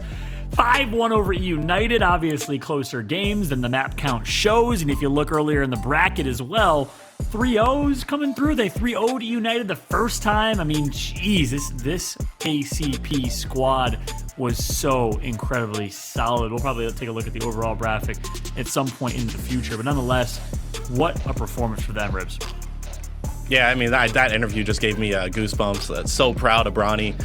He was a scapegoat. You know, there's a lot of naysayers, and he said, I saw you in the chat. That just fueled the flame. I mean, that's a true champion right there, and he did have a lot of naysayers. He fit like a glove. You know, he's just like all those Pioneers players. He is now a champion. He earned every second of it. As I said before, if he didn't step up the way he stepped up this weekend, they wouldn't have won. And yeah, so proud of him. And of course, yeah, you said it. They ran through this winners bracket. I believe it was 3-1 versus Rebel, 3-0 versus United, and we say competitive 3-0 and a competitive 5-1. It doesn't matter. I mean, it never got close. They never really had their back against the wall. The Pioneers did what they've been doing, and they continue to be our champions. They are the best. Map count, man. Yeah, exactly. The map count. It is what it is. That's them showing up and winning. And yeah, talk all the trash you want, Bronny. You deserved it, bro. Or you earned it. Meanwhile, on the flip side, United had to absolutely grind through their losers bracket run. You saw them all the way from losers round 2, where their journey started against Fury 1. Actually, losers round 1. Sorry, I have to double check there. Jeez, they had to seriously start from the very beginning of this losers bracket, work their way all the way to Rise, a close match against Rise last night, beating Rebel 3-1, beating the Knights 3-1, running through LATAM, across Fury 1, Rebel, and the Knights, and of course making it back to the grand finals. My hat goes off to them. Just did not have the juice, the skill, the talent, the teamwork. At the end of the day, they didn't have it compared to the Kansas City Pioneers, who showed up on tournament day when it mattered the most. And in particular, on the Kansas City Pioneer roster, there was one individual who showed up again when it mattered the most. It is time for your Astro Gaming MVP, and the MVP of the tournament is Acells. How could it not be? This man performed so incredibly well. He maybe heard some of the discussion earlier and said, you say Powerz is the best in the game? Must I remind you who the best in the game is? What he was able to pull off throughout the entire grand final, Ryan, was just insane.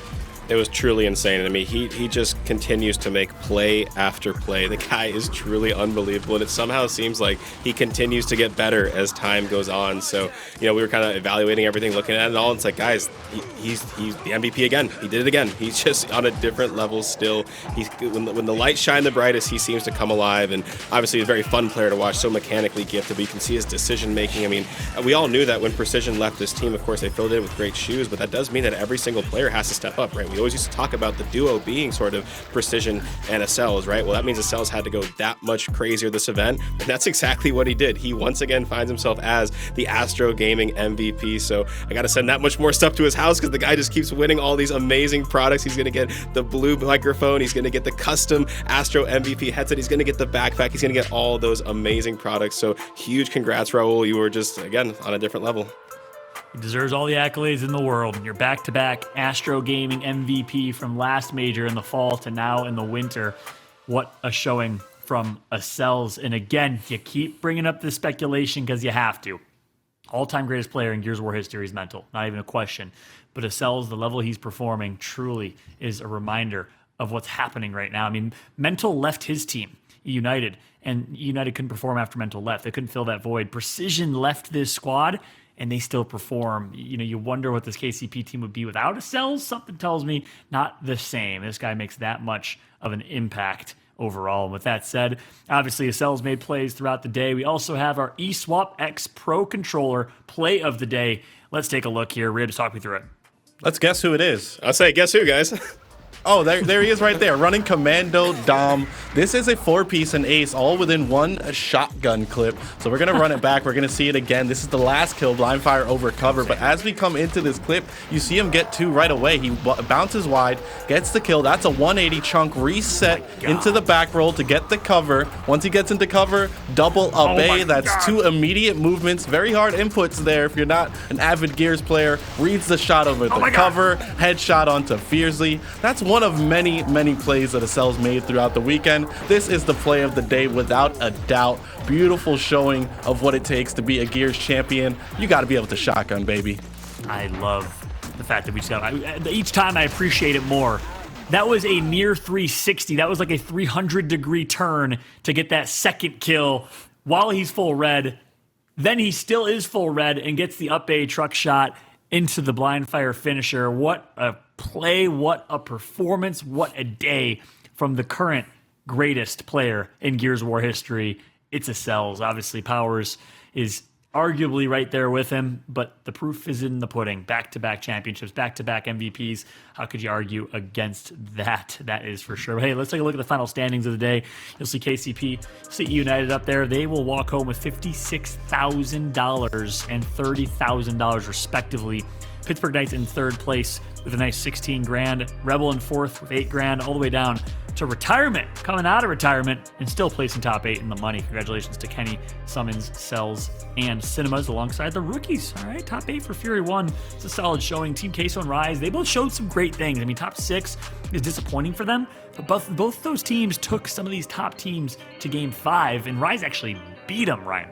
Yeah, I mean, this whole top 5, top 6 area, all these teams are very, very closely matched, right? This is one of the events I was most excited for because the competition is at such a high level right now. All of these teams can beat each other on any given day. And of course, you saw a couple teams obviously make those crazy runs through winners and losers, but a lot of those matches were so close between them. They've been so close in Pro League. So I'm with Jordan. Of course, I never want to deal with roster changes, A, because I have to deal with them, but B, because I just like watching these teams stick together and progress. And so I'm really hoping we see a lot of these teams stick it out because I think that the potential of all these rosters are just so high. So very excited to see what happens next. Will we go into the next major thinking? But this was definitely just an incredible event, just competition-wise. I mean, talent-wise, it was amazing.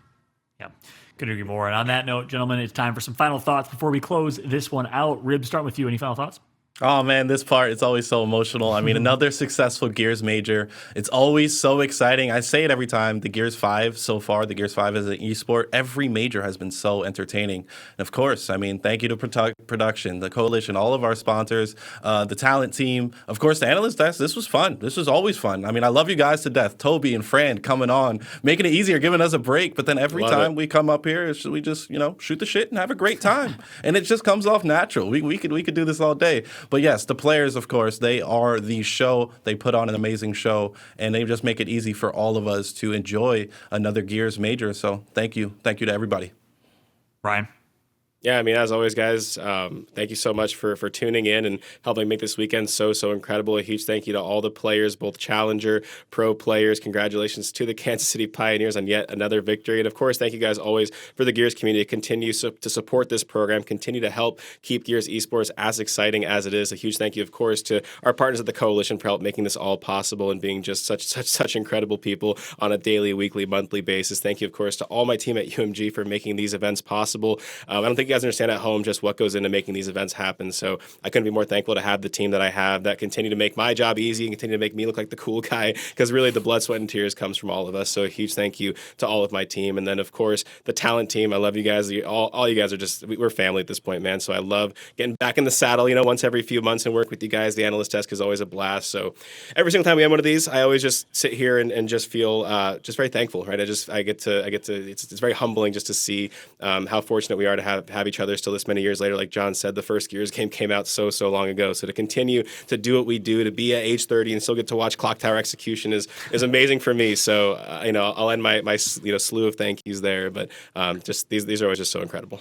I think you guys took every single word out of my mouth. Obviously, giving thanks to our production team. Big shout out to our producer, Goalie, Softer, the entire team behind that, and all the players, the winners in KCP, the community, the current fans. The only last kind of thing I'll say is just a heartfelt shout out, thank you, and love sent to the Gears fam. Listen, Gears fam, best fam. We've said that since the very beginning. Most unique, most diverse, most entertaining, most loving community that exists, and that's still staying true and staying strong here 16 years later. Is no family like the Gears family. Much love to every single one of y'all. Let's keep it going strong. Keep the passion going strong for this game. Keep spreading the word. Keep spreading positivity. And you know what? We're 30 now, which is kind of crazy to think. Hopefully when we're 50 and 60 years old, we still have a chance to enjoy Clock Tower execution. But obviously, we'll see what the future looks like. Thanks so much, everyone, for watching. Much love. 2 more majors, baby. We get to run it back. The same analyst desk, the same talent team, and every single one of y'all in the chat. Big shout out to every single one of y'all. We will see you next time. This has been the Gears Winter Major presented by the Batman. Congratulations to the Kansas City Pioneers. Have a great night, everybody.